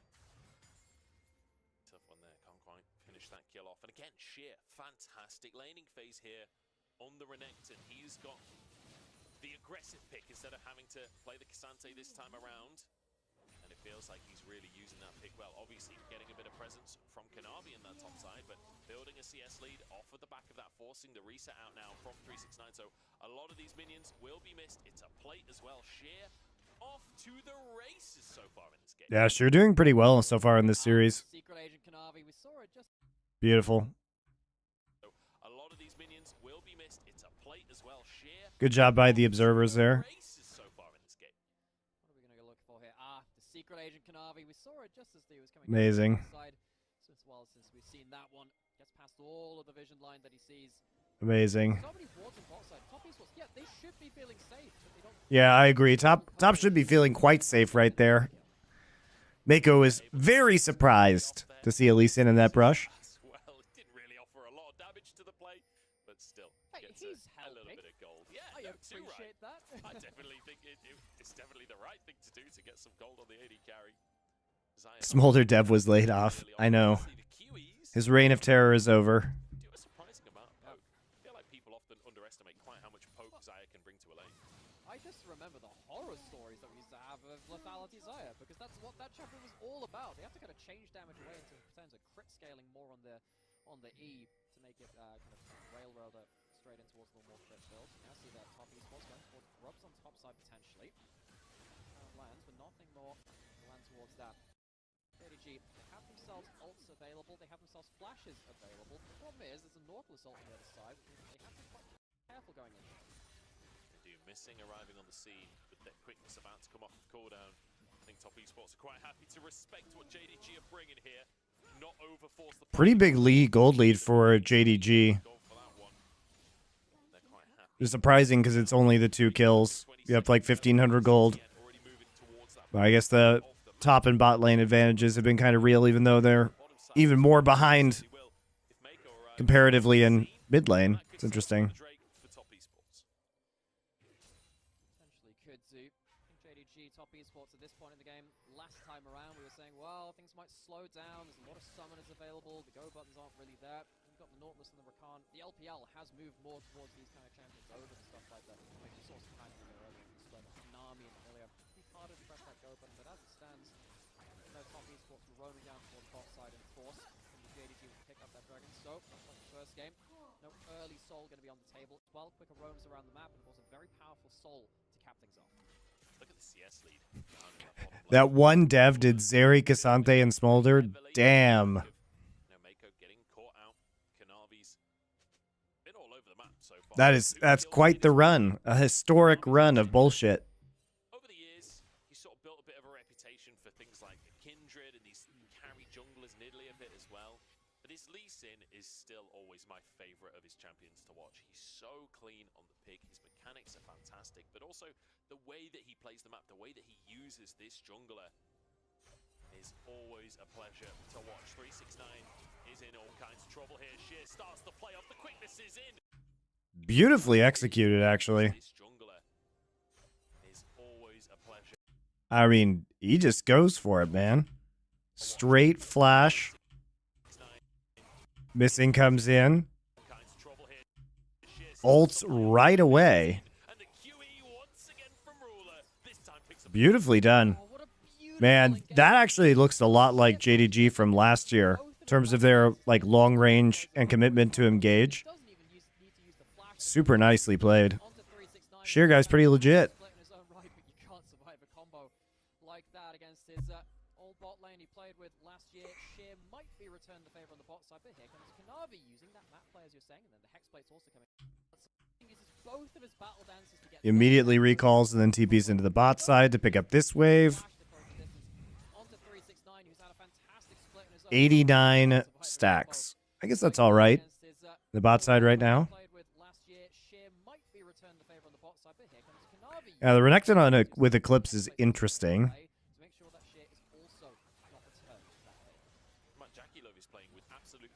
Curious where we're going with this Renekton build. We'll have to wait and see.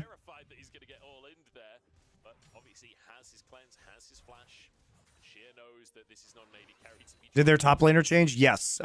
They've been using Sheer a little bit more. Sheer is their rookie top laner, but Flandre has played most of the split.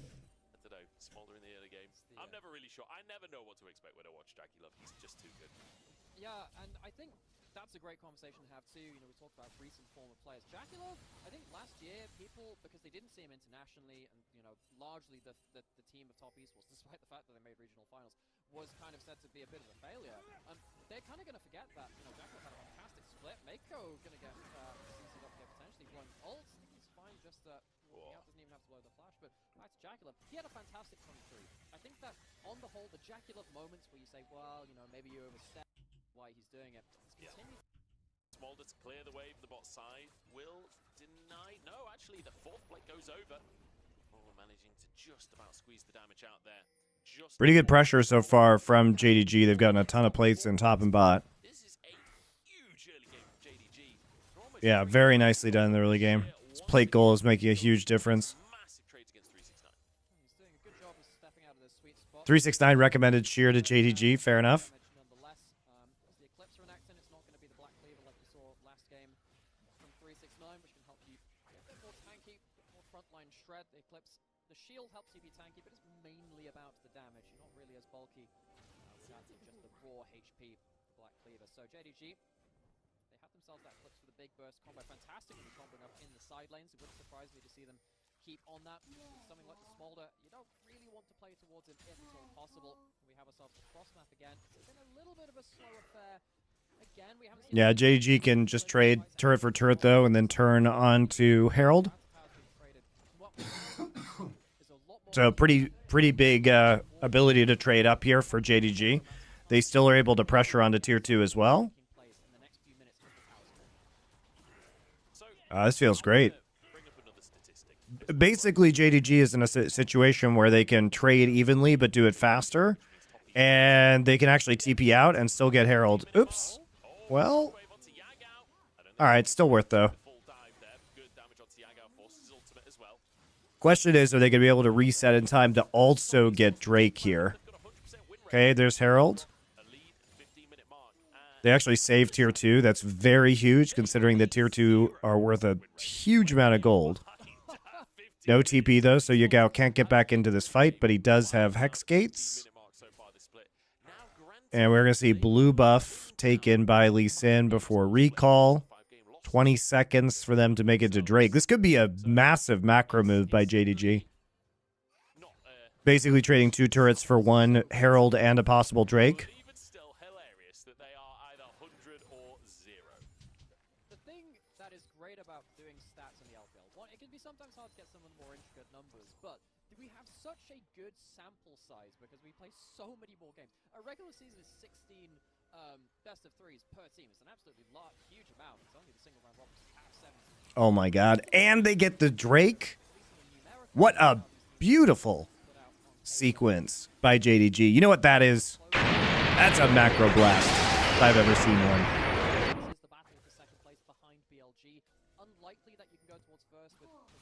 Top esports just got macro blasted. Huge macro blast from JDG. Your ears? Get used to it.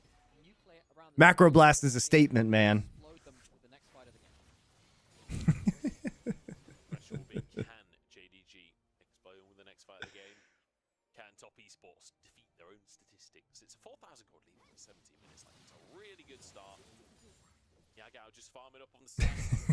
Now. He's got his I'll turn it down for you guys. Come online, but it's been Kanavi who's been pushing the game forward so far, and off the back of a lot of work that Sheer has been putting in this side lane. I'm really impressed by him today. Subbing in for Flandre. And doing It's a huge macro blast. It's great. We love it. JDG just acquiring a 4,000 gold lead with 3 kills. Great game from JDG so far. I'm excited to just be here for the beginning of this career. I'm just happy to be here. You know, I'm enjoying. Sometimes I think sometimes it's just nice to sit and watch good League of Legends. I love watching the best players of this game teach us something new about it. Top esports, they showed us the opportunities they can take in game 1. It feels like now JDG, they're in a bit of a sweet spot where they're about to hit 2 items just before the enemy team. It's a huge break point for them. When they hit 2 items, you can start threatening the Baron as well, as that'll be spawning in the next couple of minutes as well. And if they manage to have particularly Ruler with all summoners, Ruler is pretty much unparalleled. They're using his summoners on stuff like the Xayah to be an assassin Xayah in a lot of these team fights and get value out of it. Top esports, if they can, they would love to be able to get a flash or an ult out of Ruler. It's very hard to do that though without committing someone like a Nautilus to death, basically. You need a good shockwave beside that. Feels like top esports are kind of Whoa. some of those defensive tools. Harold comes down in the mid lane. Oh, hook onto missing, but he is playing. Thank you, Milweezy, for your Twitch Prime sub. I appreciate it. Welcome, your first time here. The lovers duo, you get the extra range. All your Twitch Prime money goes back into making more things that make your ears bleed, like macro blasts. So enjoy. Also, one of the big things too, which will be important in this You're funding your own tinnitus. Xayah's W, and she gets the increased attack speed and the extra damage on hit as well. That also applies to Rakan, but Rakan, it only activates after you, in terms of the extra movement speed that you get when you hit an enemy champion.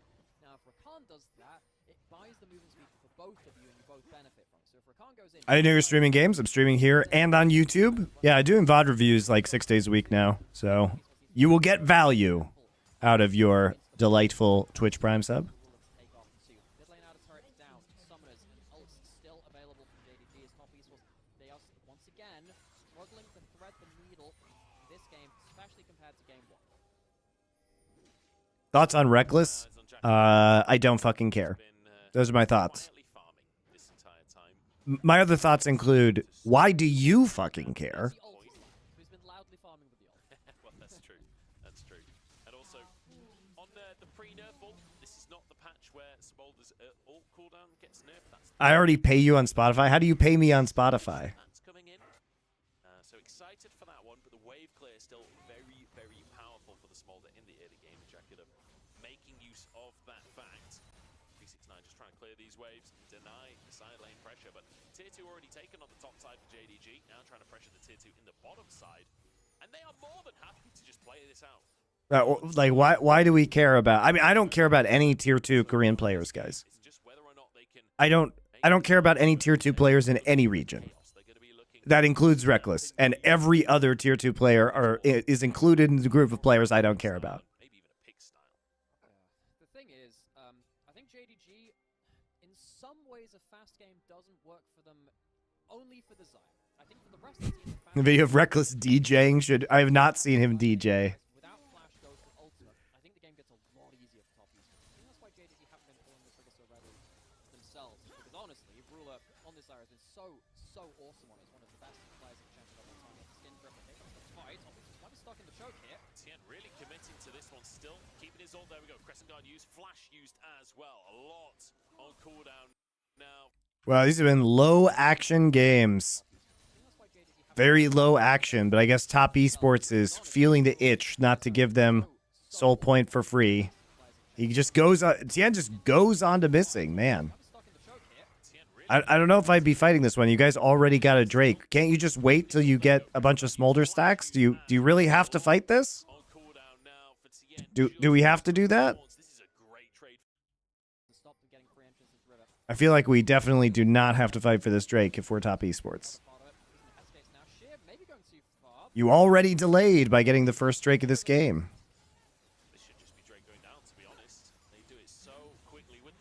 Wait for Stacky Love to get to 225, guys. Whoop. Dodge! No! Right on the edge. Yeah, one of the other things nerfed about Smolder in the future is, you know, some of the width of his abilities. Maybe that would have saved him at another time. Ruler now getting chunked out, but no ults available for Cream to finish that kill. JDG give up their first kill of the game, and they lose the Flash on Missing. That's quite important. Missing with Flash can reach the backline quite easily. Without it, makes it a much more torrid affair. So, Top Esports with a brief numbers advantage. Missing now coming back out onto the map. Don't manage to get themselves the Dragon, but they do just stop JDG from just pushing up as aggressively as they were before. Top Esports just being bullied out of the top side of the jungle here as JDG muscle in. Mako looking for a fight here. Shockwave on cooldown right now. The kick. Beautiful kick. What are we doing? Guys, what are we doing? What are we doing? We have 369 here and Jackie Love here. Why are we just fucking around in the jungle? You have no idea where anybody but Ruler is. I mean, it's beautifully done, right? By Kanavi. Q. Q2, ward hop, flash kick. Right through the Nautilus. Straight into the Ariel. Try and disengage with Xin Zhao ults, and that is it. Charm goes out, Charm misses, but you just turn right onto Baron. It's free.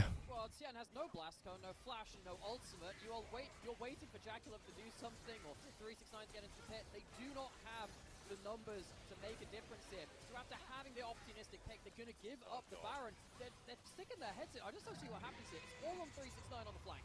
Top Esports happens potentially as Jackalov's still alive right now, and he's finding out the execute online. Medic, when is Hades 2 coming out? I fucking love that game. That's one for 369 on the top side of the player's shit. Gets onto Jackalov. The cleanse keeps him alive as Kanavi peeled by 369. Another kill goes. The Baron, they're sticking their heads in. I just don't All right, so he has the stacks now, guys. Top Esports happens potentially. Yagao just getting murdered by Jackie Love. He gets the stacks during this fight. He gets them right there. That's why they're fighting, guys, because he knew he could get enough procs on champions to get the stacks down. Pop. Too bad Ruler's too good. Oh, Ruler's too good, guys. Ruler is too good.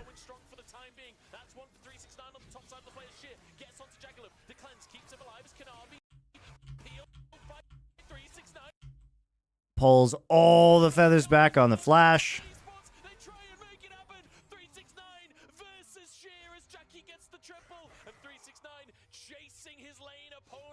They said Q2? Oh, really? I was just joking. I've played all of Supergiant's games.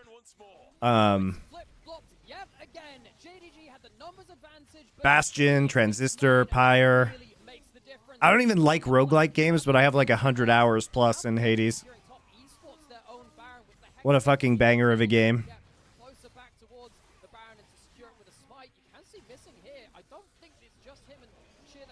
Pyre underrated, so true. Pyre's great, man. Transistor's probably their worst game. The rest of them are all good. And even Transistor's pretty good.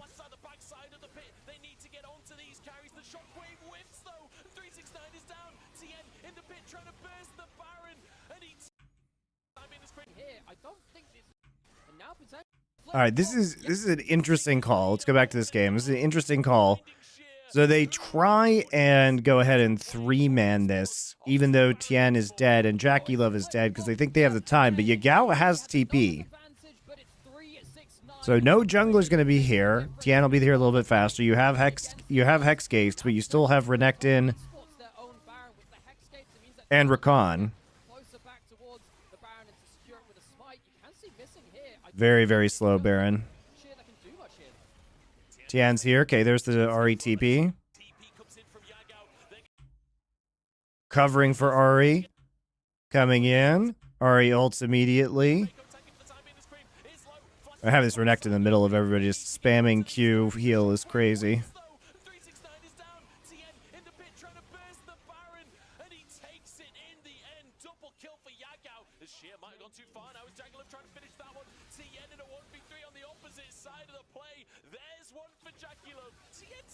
That is a wild game.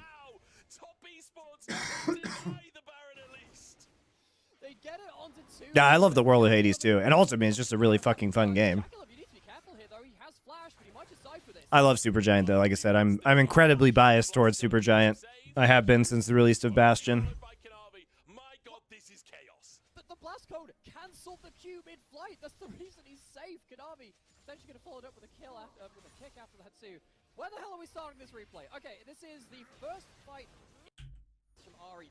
That's the first fight. We don't care about this one. And I will say, in this mid lane, it's been a bit tough for top esports. Cream having a difficult time. Why is Flandre not playing? Well, they have been subbing in Sheer more over time. I will admit, I was surprised when I saw the announcement that Sheer was going to be playing in this series, obviously because it's so important for seeding and taking a top 2 seed.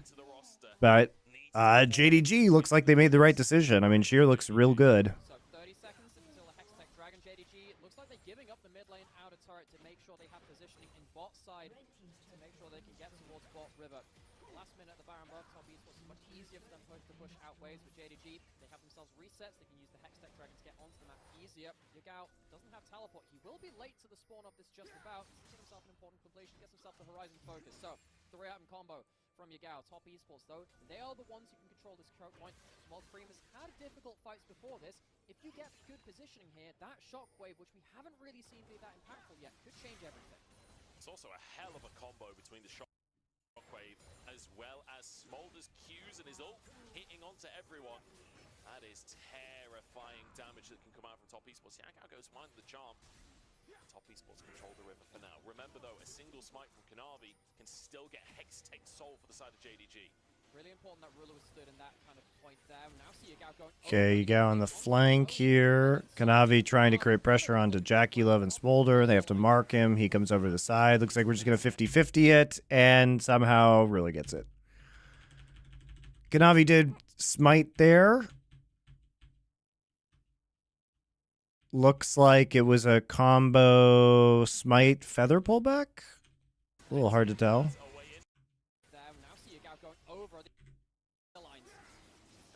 Yeah, it looks like he shoots a bunch of feathers out, and they just, yeah, by the way, guys, they just coordinate the feather pull with the smite, because that's what a good team does, guys. Not like Tien's inability to combo with a Callista Rend.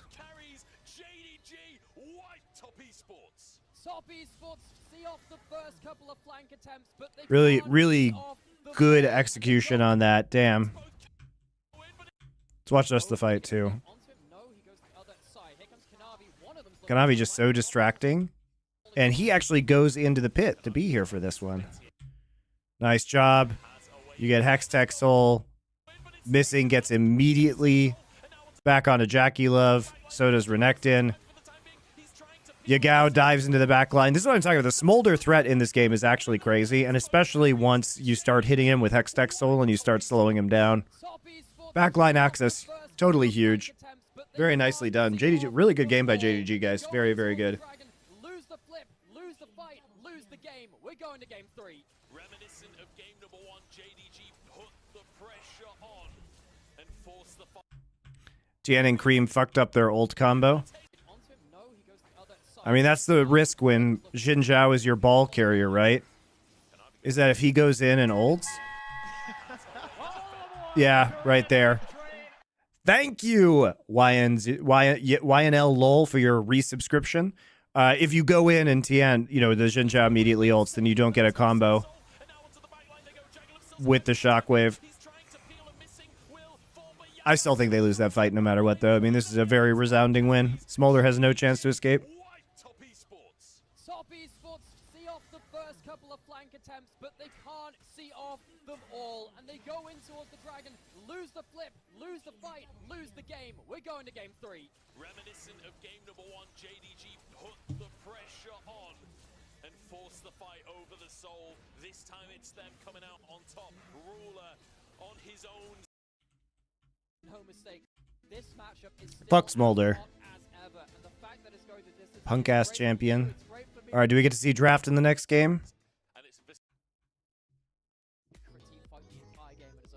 Looks like we do. It's our lucky day. We get into draft. Okay.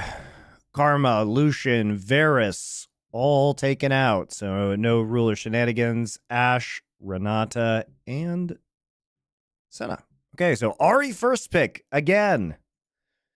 Ahri priority through the roof apparently today. Xin Zhao taken. Gonna go ahead and take the Rakan. Was very effective for them last game. Huge amounts of engage. I think this is them just saying like, fuck Smolder. You try and take Smolder, we're gonna get into the back line.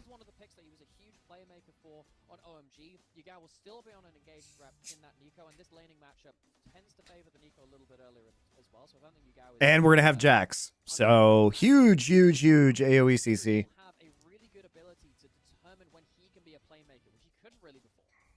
Crucially, Smolder's made it through the bans, and nobody's gone signature Rakan there. It's going to be the Nautilus taken off of the board to deny Maker one of his own signature picks. That guy has a giant head. Who honestly knows what's going to happen for the rest of this one? I feel like Smolder must be banned. His head's like 25% of his body mass. Because I feel like these games are weirdly, they're not super early game, but they're not going late game enough for Smolder to instantly win you the game. So maybe you're looking for the stuff which kind of has the 2v2 pressure. That's why the Callista in the north. And say, look, we have Nico. Wow, Ruler very interesting. Callista and Nautilus banned as well. They're going to take out the Xayah, which was, I mean, if you gave him Xayah last year or Ruler, it was basically JDG auto win. Now, obviously, the meta has changed, but it's still going to be strong. All right, we're just going to straight up take Zeri Lulu. And here we go. Ruler Smolder. Let's go. It's the scaling handshake in the bot lane. Except, guys, and here's the difference. Who is supposed to kill Smolder in this game? Who kills Smolder? Because, okay, these two can kind of get back there. Maybe the Aatrox can. But look at the amount of disengage and hard CC you have. This is like the safest Smolder of all time. Right?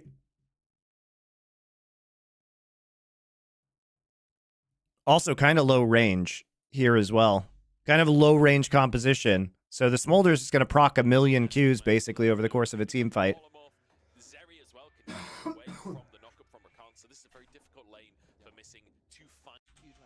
But you got to be able to kill this guy at some point.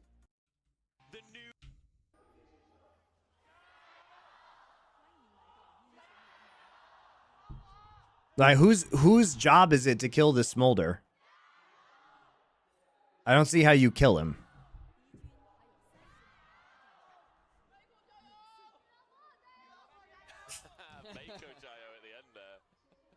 I'm guessing that's an EDG fan in the audience.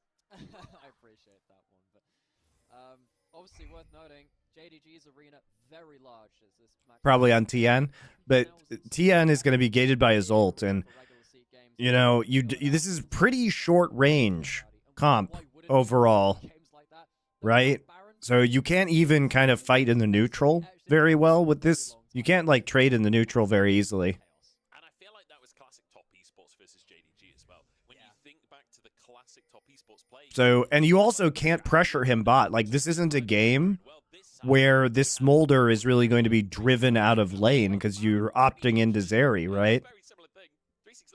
So, you know, Smolder is going to get a lot of farm. He is going to get a lot of stacks. There's not going to be fighting in the bot side, most likely.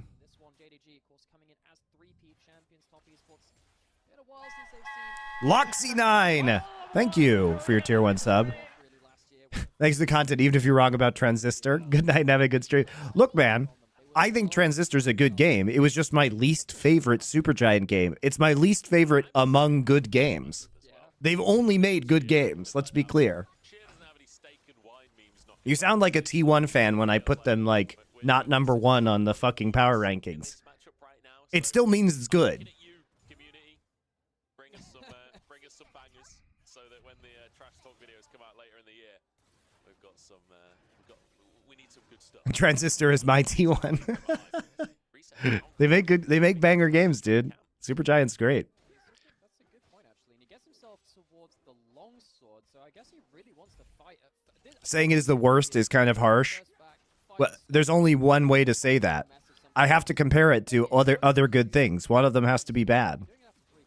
You're doing it for the very earliest fighting potential, because Doran's Blade is actually very good on a lot of early junglers right now, foregoing that for just the early first back of the longsword.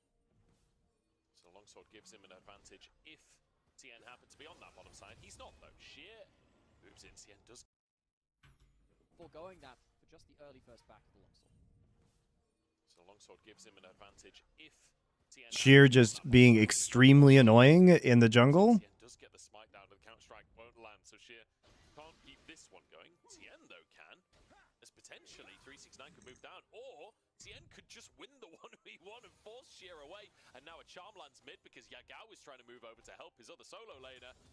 A little bit of a turn here for top esports. If that counter-strike lands, maybe we'd have a bit of a different conversation, but then you have a double buff Shinsao walking at Jax without his skills available, and that doesn't go quite so well for Sheer, so he's going to get himself a teleport back to lane.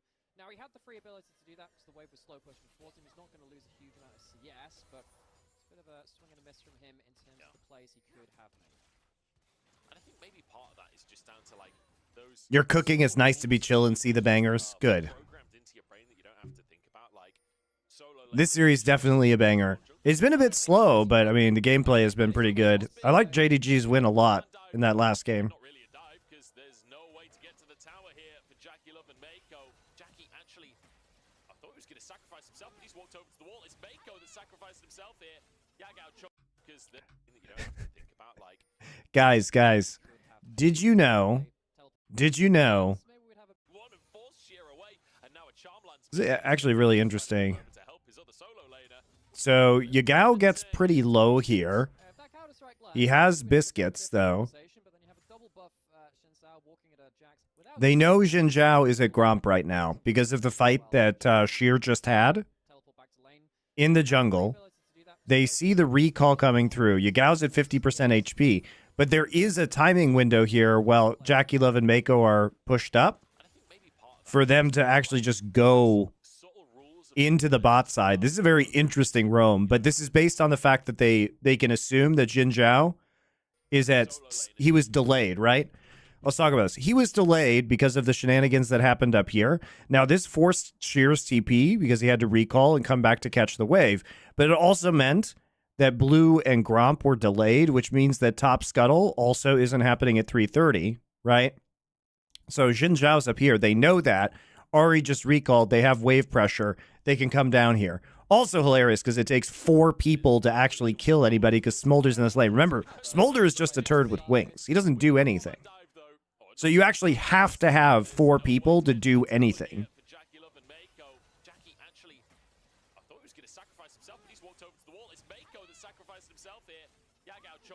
Now you can get a recall from Yagao and a TP right back into the lane. And really the only thing you're trading this for is Raptor respawn.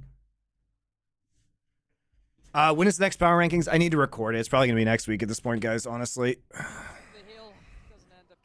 It's a good thing I didn't do it, too, because I would have rated top above JDG, but now I have to think about that. My opinion may be changing in front of your eyes.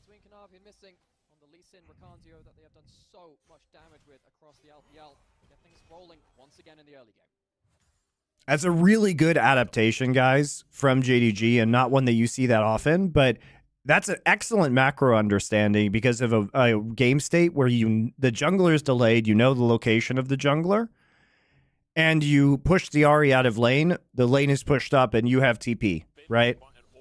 So they actually make the most out of the information that Sheer gets, even if it puts Sheer in not the best position because he has to use TP early. And what this can mean now, too, is we'll have to watch when 369 actually backs off and uses TP himself.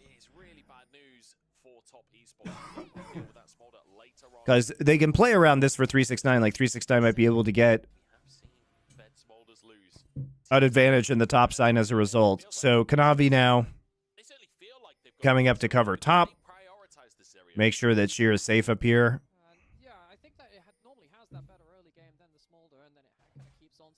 I haven't watched any Milky Way games yet where some of his most impressive performances.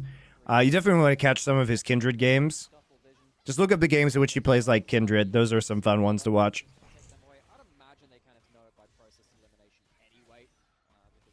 The JDG series is pretty entertaining.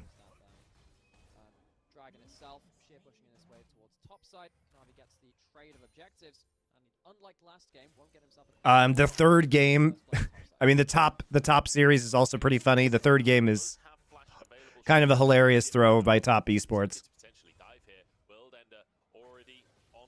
I will also do the Milky Way stream next week, guys. I'll get both those done next week.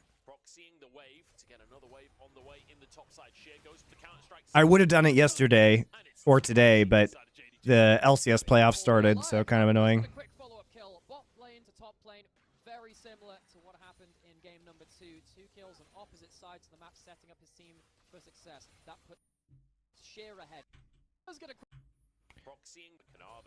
So look at this, because Kanavi's playing around the Void Grubs right now. Takes all 3. The wave is now slowly pushed up. Sheer and 369 actually just trade ults right there.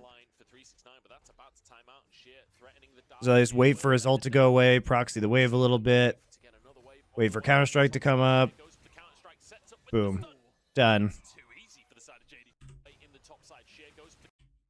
Really nice flash there out too by Sheer. To be very cautious. Gets a plate as well. Very similar to what happened in game number 2. 2 kills on opposite sides of the map, setting up his team for success. That puts Sheer ahead in a matchup which can go pretty poorly for the Aatrox one behind. See that Mako lost a flash there. He was trying to get into River. Let's watch that again. Did in fact have his flash blown towards the bot zone. You see it on the summoners on the right hand side. So good work again from Kanavi, who at points this time has been quite disconnected, but he walks into Tien now. Gets the knock up, waits with those autos as Yagao trying to protect his own jungler. If that W hits, this could be a dangerous story for Kanavi as Tien moves in. Knows that he has the power to fight over these chickens right now. Sheer is moving over. This could be bad news for Tien. Sheer is here. Gets the chicken and continues the fight at this point. Oh my god, really nicely done. Super good play.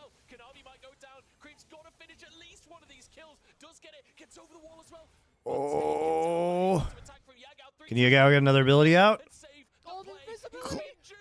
The invisibility. Wow. Wow, the read on Mako, too, has the ward just to hop over with Leap Strike. Very annoying to be playing against both Lee Sin and Jax that can both leap to wards at the same time. Again, Kanavi has been the conductor of the early game, setting the pace. It felt like Tien should have been able to win out on that trade towards the topside scuttle as Kanavi walked into it. It is going to be some gold over towards Cream, but he ends up dying, so he can't even stay to capitalize on a laning state that comes afterwards. And JDG once again running the early game, which we don't expect versus TES. Oh, Sheer has gone for his all-in on the top side. World Ender procced by 369. Has to respect it. And look at that HP. He's going to have to reset. Look at all of these minions. Sheer only has boots, too. I mean, sorry, 369 only has boots, too. Entirely here, and will do so. So Sheer will find a massive CS advantage now in the top lane. Now, the people who are really familiar with Sheer, when you were telling me about this player, were saying, look, he's really good on his select champion pool very early with his plays into the game and laning phase. You see that TM overstays in this moment here. But this Such a good bait, and the timing on this, too, to stun lock him is so good. Rather than going towards top lane instead, it is that 3v2. Yes, Ooh. clean up a little bit beyond that. Cream can't quite escape because of the ward which is put over the wall. The powered auto attack, at least 369 manages to get into the play. But the juke, magnificent from Yagao, making sure that Very nice juke by Yagao. And kind of a fumble from 369 there, missing the sweet spot on the Q when he flashed for it. Would have just been able to have the kill before the W ever even came into play. You know, in the Chinese community, they call 369 the Dice Man. I know we spam the 3s and we spam the 9s for 369. Oh, that's such a badass name, actually. I love that they call him the Dice Man. It's full-on casino gameplay sometimes. This time, rolling the 3s. Wow, he buys Cull?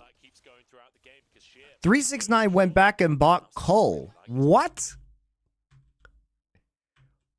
Guys, what? What?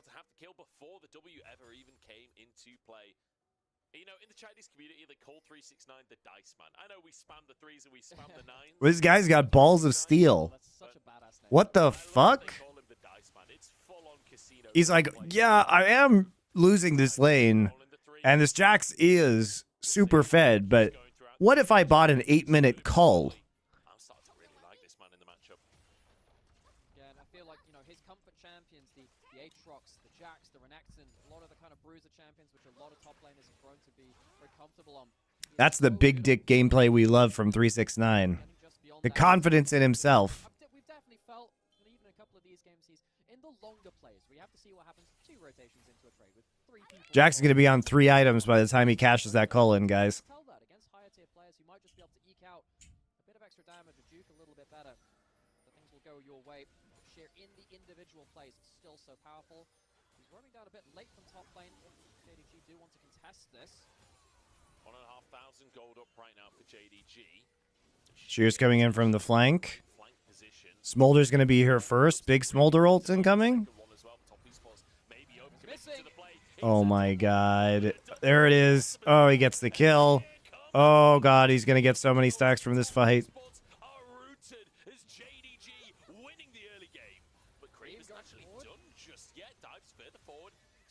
JDG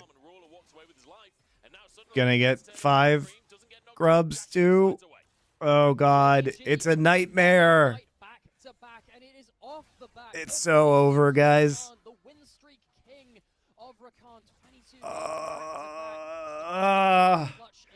JDG's timing is really good. This looks like JDG from last year, honestly. Just like perfectly timed collapses.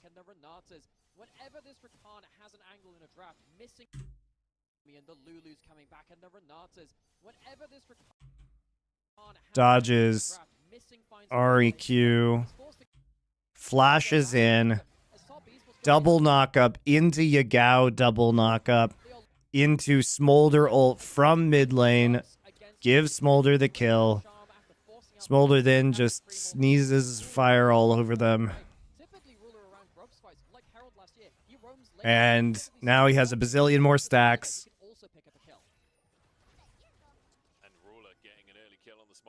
It's fantastic news for JDG. It's a 2,000 gold lead now. It's top esports not wanting to give up just yet. They start off this Drake in the bottom side. Kanavi throws his Q in, but blocked by TN.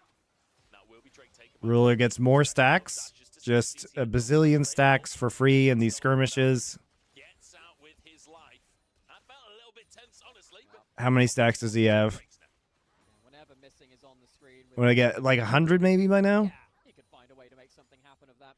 Can't imagine what it feels like to actually play against him on the riff. He finds angles which. Guess we'll never know. And I feel like missing is one of those players where, you know, in the Golden Road squad of JDG, the almost Golden Road, it felt like missing was one of those players who people never. This Zeri's going to do nothing this whole game. Watch, guys. This Zeri's just going to get outranged. Zeri's not going to do shit. Missing has done an awful lot of work to be that playmaker, particularly on stuff like Morel and the Ricard. Navi looking towards mid lane, just charmed up. Charm. Oh, great sidestep from Cream as well, but it's not. After the kill. Oh, he didn't get the root. The Spirit Rush gets Cream out. The sidesteps make all the difference. Had to flash, though. Like 2 or 3 skill shots sees him to safety. Oh my god, they're just giving Smolder free stacks, dudes. Stop letting Smolder trade with you. Is Nico not disabled? No, Nico's not disabled. It's Azir that's disabled on this patch. By the way, guys, that's very insensitive. Azir is differently abled. One of the things I noticed in that previous Dragon play as well that's worth mentioning is something you quite often talk about is how good LPL teams are at punishing a lack of summoner spells and a lack of ultimates. Missing didn't have his quickness, Roller didn't have his ultimate available, I believe. Missing's flash was on cooldown as well.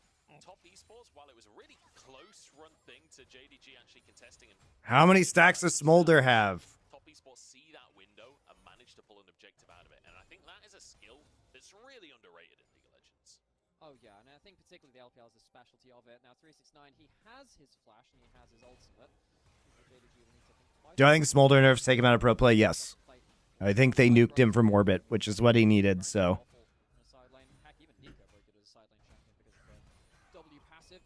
What's your opinion on Smolder? Do you think he's bad for pro play? I think he's horrible. You can see my opinions in the latest Power Spike that we released. There's an entire segment where Dom, Degon, and I talk about Smolder and how shit he is. He's going to force the flash. The minions are solo. I don't think this is a diveable angle.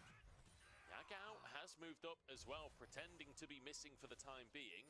As the real missing moves up as well. 369, he's realized he's got to get out of there.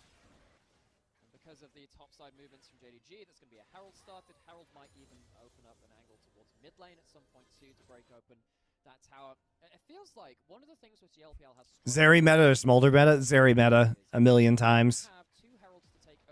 Zeri requires more skill. You have one Herald, which can sometimes be a bit inconsistent about how you actually end up breaking open those towers because it's not the double charge to instantly kill that. The grubs give you slower value over time. It means that unlocking mid-turret against stalling AD carries, which can wave through the shiv and stuff like that, can be quite difficult. If you're getting that Herald now, see how much of a power play they can get to stop top esports from holding that tower up.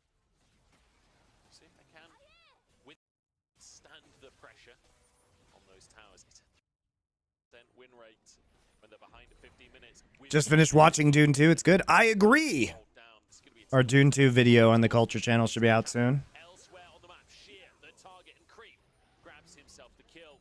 Meantime, JDG might be able to just go for a twofer in the mid lane. Yeah, they have Void Mites too. 5 buffs. 5 stack on grubs. Very nice. So we asked, okay, how much can JDG get out of that Herald, particularly in the mid lanes? You stop that shiv just stalling for forever. How many stacks does Smolder have? Holy shit, somebody show me, please.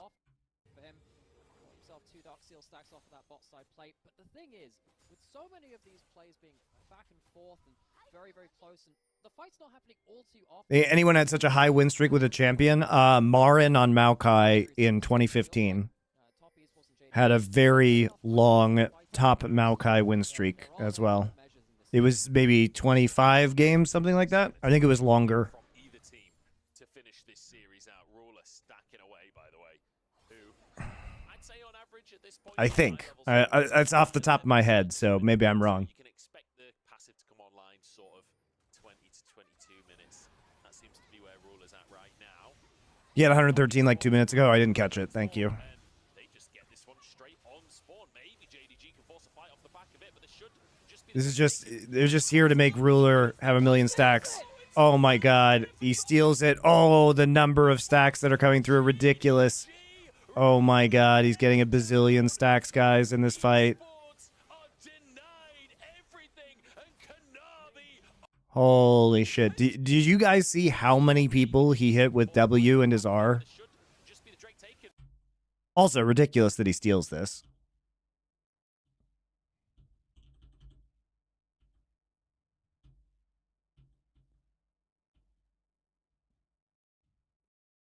Tien smites early.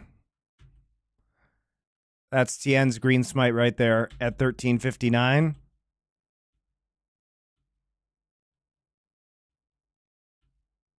I think he just steals it with Q2, guys.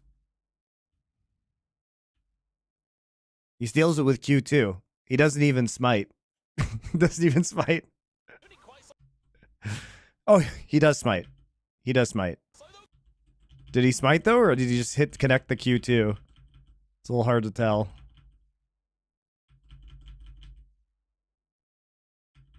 Where is it? There it is. Okay, he does smite it. He does smite it. At 146 HP. And then guess what, guys? It's really, I hear it's really fun to be trapped in a dragon pit with Nico ult and a Jax Counter-Strike. So Yagao just comes in and, oh man, missing Zero with Rakan too. Oh, look, let's just get everybody CC'd forever. There's a Smolder ult. Smolder gets 1 quintillion stacks.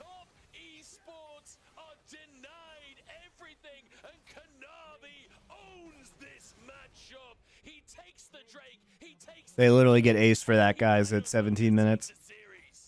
Yikes. Might just take their name too, because they are on top. The battle for second place is now being dominantly won by JDG. Man, Shears had some good games. This is impressive for a rookie. I'm impressed that they're like playing into him as well. It's a steal, it's a clutch fight from him. They arrived late to the dragon. This should have just Whoops. gone, but he threads the needle on the cue. I mean, they're all in the pit, and they have the TP up, so this is an excellent job by Kanavi, because even if you don't get the steal, you still have so much AoE CC, and the setup is just so excellent while they're in, you know, stuck with their backs in the pit, because they're on blue side. Oh, so good from Kanavi. That's one of the best, like, professional Lee Sin plays I've seen in. Disengages beyond that. Yagao comes in to dive into Hell's Mouth with him alongside Missing and Ruler. That is a He lands the Q onto the Zeri, goes over the wall, gets that kill, gets that kill. Tien's trying to go on top of him. He W's out, Q's back in onto Cream, kills Cream. Holy shit, that's so good by Kanavi. That's one of the best, like, professional Lee Sin plays I've seen in a long while. That was magnificently played from Kanavi. And it's great to see a sick Lee Sin play that's not even really about his kick, you know? Like, so often the Lee Sin plays all revolve around the kick. That's just great mechanics. That's beautiful play from Kanavi. Great dipping in and out of the fight, playing like an assassin. It's just all about that mobility, you know? Other champions like this Shin Sao, he has one ability to go in. The Lee Sin buys space for him, goes back in, and Kanavi and Missing, this Lee Sin and Rakan for both of them, we have seen just how valuable it is for them to be on these comfort, successful picks. Sheer as well on the Jax, you know, he's had some good value with it. He's in the side lane now, the 5 grubs, and a huge amount of gold now in JDG's pocket. Going to be very, very important for them. Top esports, what are you going to do now? That was such a big moment for them to potentially get to Soul Point, potentially disengage from that too before the Baron has even spawned. It would have given them such a macro advantage later into the game, as JDG would not want to give over a soul for free. And I don't think we've really said it out loud yet this series, but what a performance from JDG in a series that... Yeah, this is really good. A couple of games from JDG. 2-0 before the series began. Like, when you look at JDG's recent performance versus Top Esports' recent performance, it felt like Top were a heavy favorite coming into this one. They sub out 192 stacks at 19 minutes. Oh boy. 21 minutes. 21 minutes for Smolder. This feels like a huge turning point and right in time for playoffs. If you're a JDG fan at home, you better be rejoicing off the back of this series. As the top fans, you've got to be scratching your head and wondering, okay, this is a bit of a wake-up call. They are not necessarily cleanly second place. They lost to FPX, if they lose to JDG... Is TES a clear number 3 now in the league? I'm not sure that that's true. Just because JDG wins this series doesn't necessarily mean that Top is not the better team. JDG got mega rolled by FPX, whereas Top Esports lost, but definitely came out looking like the better team in that series. The one thing I will say for Top Esports fans is they'll probably look at this game and say, yeah, we've seen worse. They can come back from this. We've seen the mojo happen before, and we'll see it again. Like, part of this is just going to be Ruler on Smolder getting 225 stacks for sure. That lose often when they get ahead. Cream managing to escape, kicked under the tower. Kanavi can't quite finish the kill. This time Mako trying to answer the slow onto Kanavi, but Cream's so low. Okay, they did use Rakan and Lee ults for that. Forced flash, though, and got the turrets, so mission accomplished.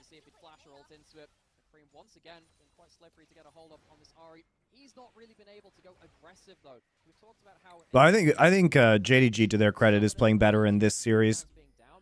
And the Sheer, putting Sheer in has definitely played off.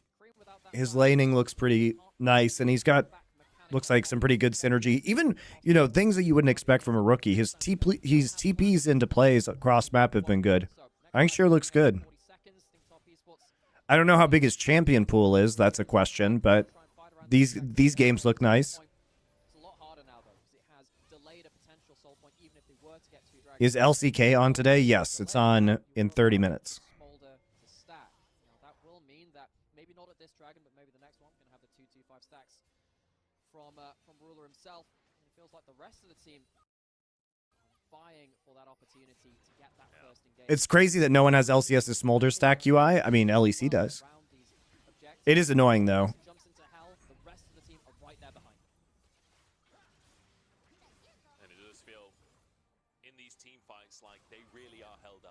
I mean, he should be very close to 225 now. Ooh, doesn't get any stacks from that.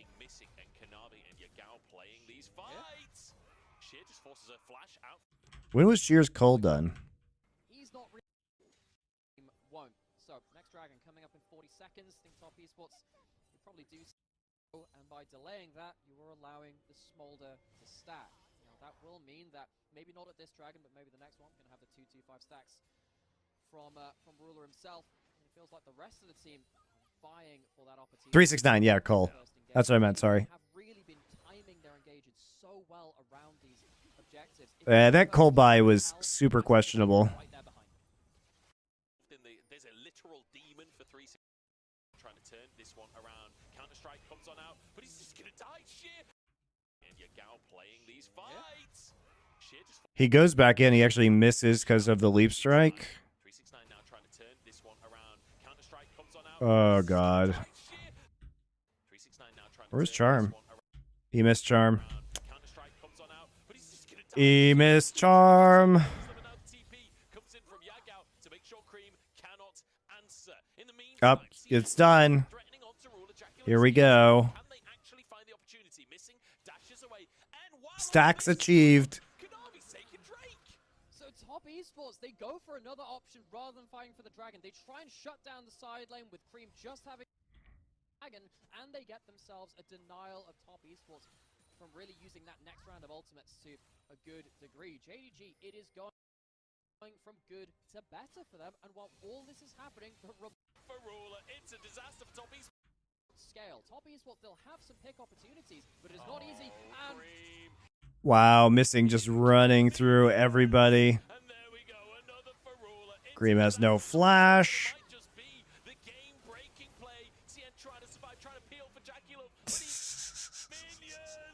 And there we go, another for Ruler. It's a disaster for Top Esports, and it might just be the game-breaking play. Tien trying to survive, trying to peel for Jackie Love. Ruler just getting, he just walks up, dude. They can't get back to him. Jackie Love can do fucking nothing. Well, I think this composition was really kind of doomed from Top Esports. Like, they just have nothing to kill Smolder, and they cannot fight in any of these fights because the engage and peel is just so strong from JDG. JDG Also, missing Rakan, obviously amazing. I think they had some doubts about this matchup. I don't think they're anywhere to be They didn't delay small point long enough. Well, small point. I mean, like they. What were they gonna do? I mean, he was getting so many stacks for free in these skirmishes because of the amount of crowd control he had, and they couldn't pressure him in lane at all because they picked Zeri. Trying to buy some time for Cream to come into the matchup, but she has way too much HP. Has a red buff too as well. Remember, late game global buffs are a thing. Massively outplays, and then Cream in the same spot where his top laner fell, he falls just as quickly to your gap. Absolutely insane stuff coming out from Sheer. And what a series. Zeri just sucks, right, in this comp. The Zeri was a problem, but there were so many ADC bans. I wonder if Jackie Love just kind of panicked.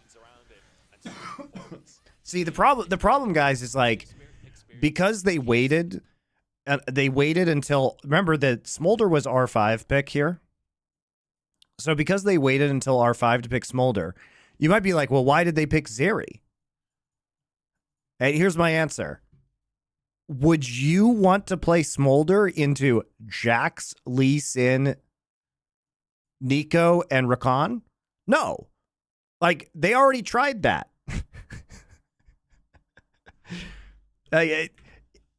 There is so much backline access there that Smolder, if they pick Smolder, they're not going to live. So they pick Zeri because Zeri has higher mobility, but then they end up in a situation where JDG it's like extra good for JDG to pick Smolder because there's no threat to stacking in bot side. He has better range, and he can just infinitely poke against the low range composition of top esports. And the game is free. Like, they actually just can't do anything. They just checkmated them on R5.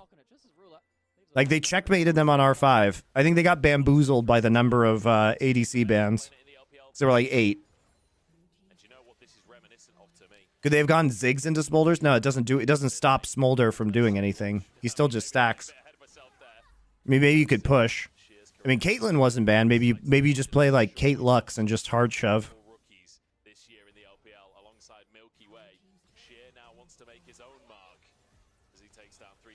JDG with the Baron. They break open mid lane and move up towards the top side as well. Top esports, this is your last chance to defend, and perhaps a pick onto missing. He dashes out to safety. The extra gold in inventory is making it really hard to cut through extra bits of stats. There's a flank TP, the last hurrah. Yeah, they just collapsed on the front line though. All right, now you can just, Yagao can die, I guess. So how do you kill Smolder? Oh, you do kill Smolder. Apparently you do.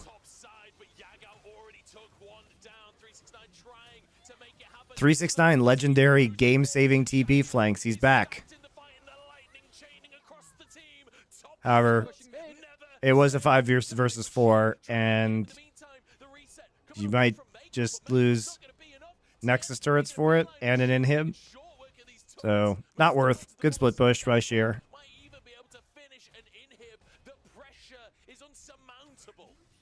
It's a Pyrrhic victory, but forces the turn. But TP's behind. Yeah, good job by Sheer, actually. He just wreaks havoc on the base. Cream goes forward, struggles to get the always wins. He may have had I don't know, 22, 23 minutes sometimes. Depends how much they've been bullied in lane. Sheer has good instincts, man. That was the right play. He didn't have TP up, so he couldn't get into that fight. So just playing for the split is you'll win eventually. Like, it doesn't actually matter if you all die there because now you have pressure heading into another like Soul Point and Baron. You can just slow the game down. Just put pressure on their Nexus. And the longer the game goes, the stronger Smolder gets anyway, so it's kind of whatever. Goodbye, Tien. Oh, they don't even care. Just going after him.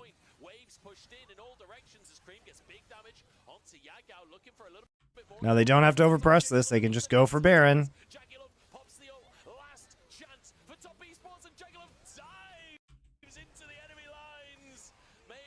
Doesn't matter. Game is over. Wow.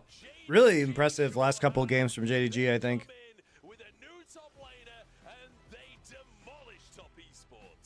JDG claim sole possession of second place in the LPL Spring 2024. After game one, there were some head-scratching moments thinking this. Well, guys, thanks for joining me for another day of Bangers Only. LCK is on in 20 minutes. So that'll be it for me today. I will not be around tomorrow, but I will be on Sunday. So no tomorrow, but day after. We'll be back with some more probably, LCS. See what's up, actually. Let's take a look together. What do we got? We will have Fly versus TL, then 100 versus NRG to look into. Obviously, a bunch of LEC games. Let's see what's going on here in China. Probably quite a few bangers. Let's see. Ooh, FBX IG, that should be fun. JDG versus Absolute Legend, that should be fun too. BLG versus Weibo. Weibo's been worse than expected, but definitely some good games that we probably want to take a look at in the coming days.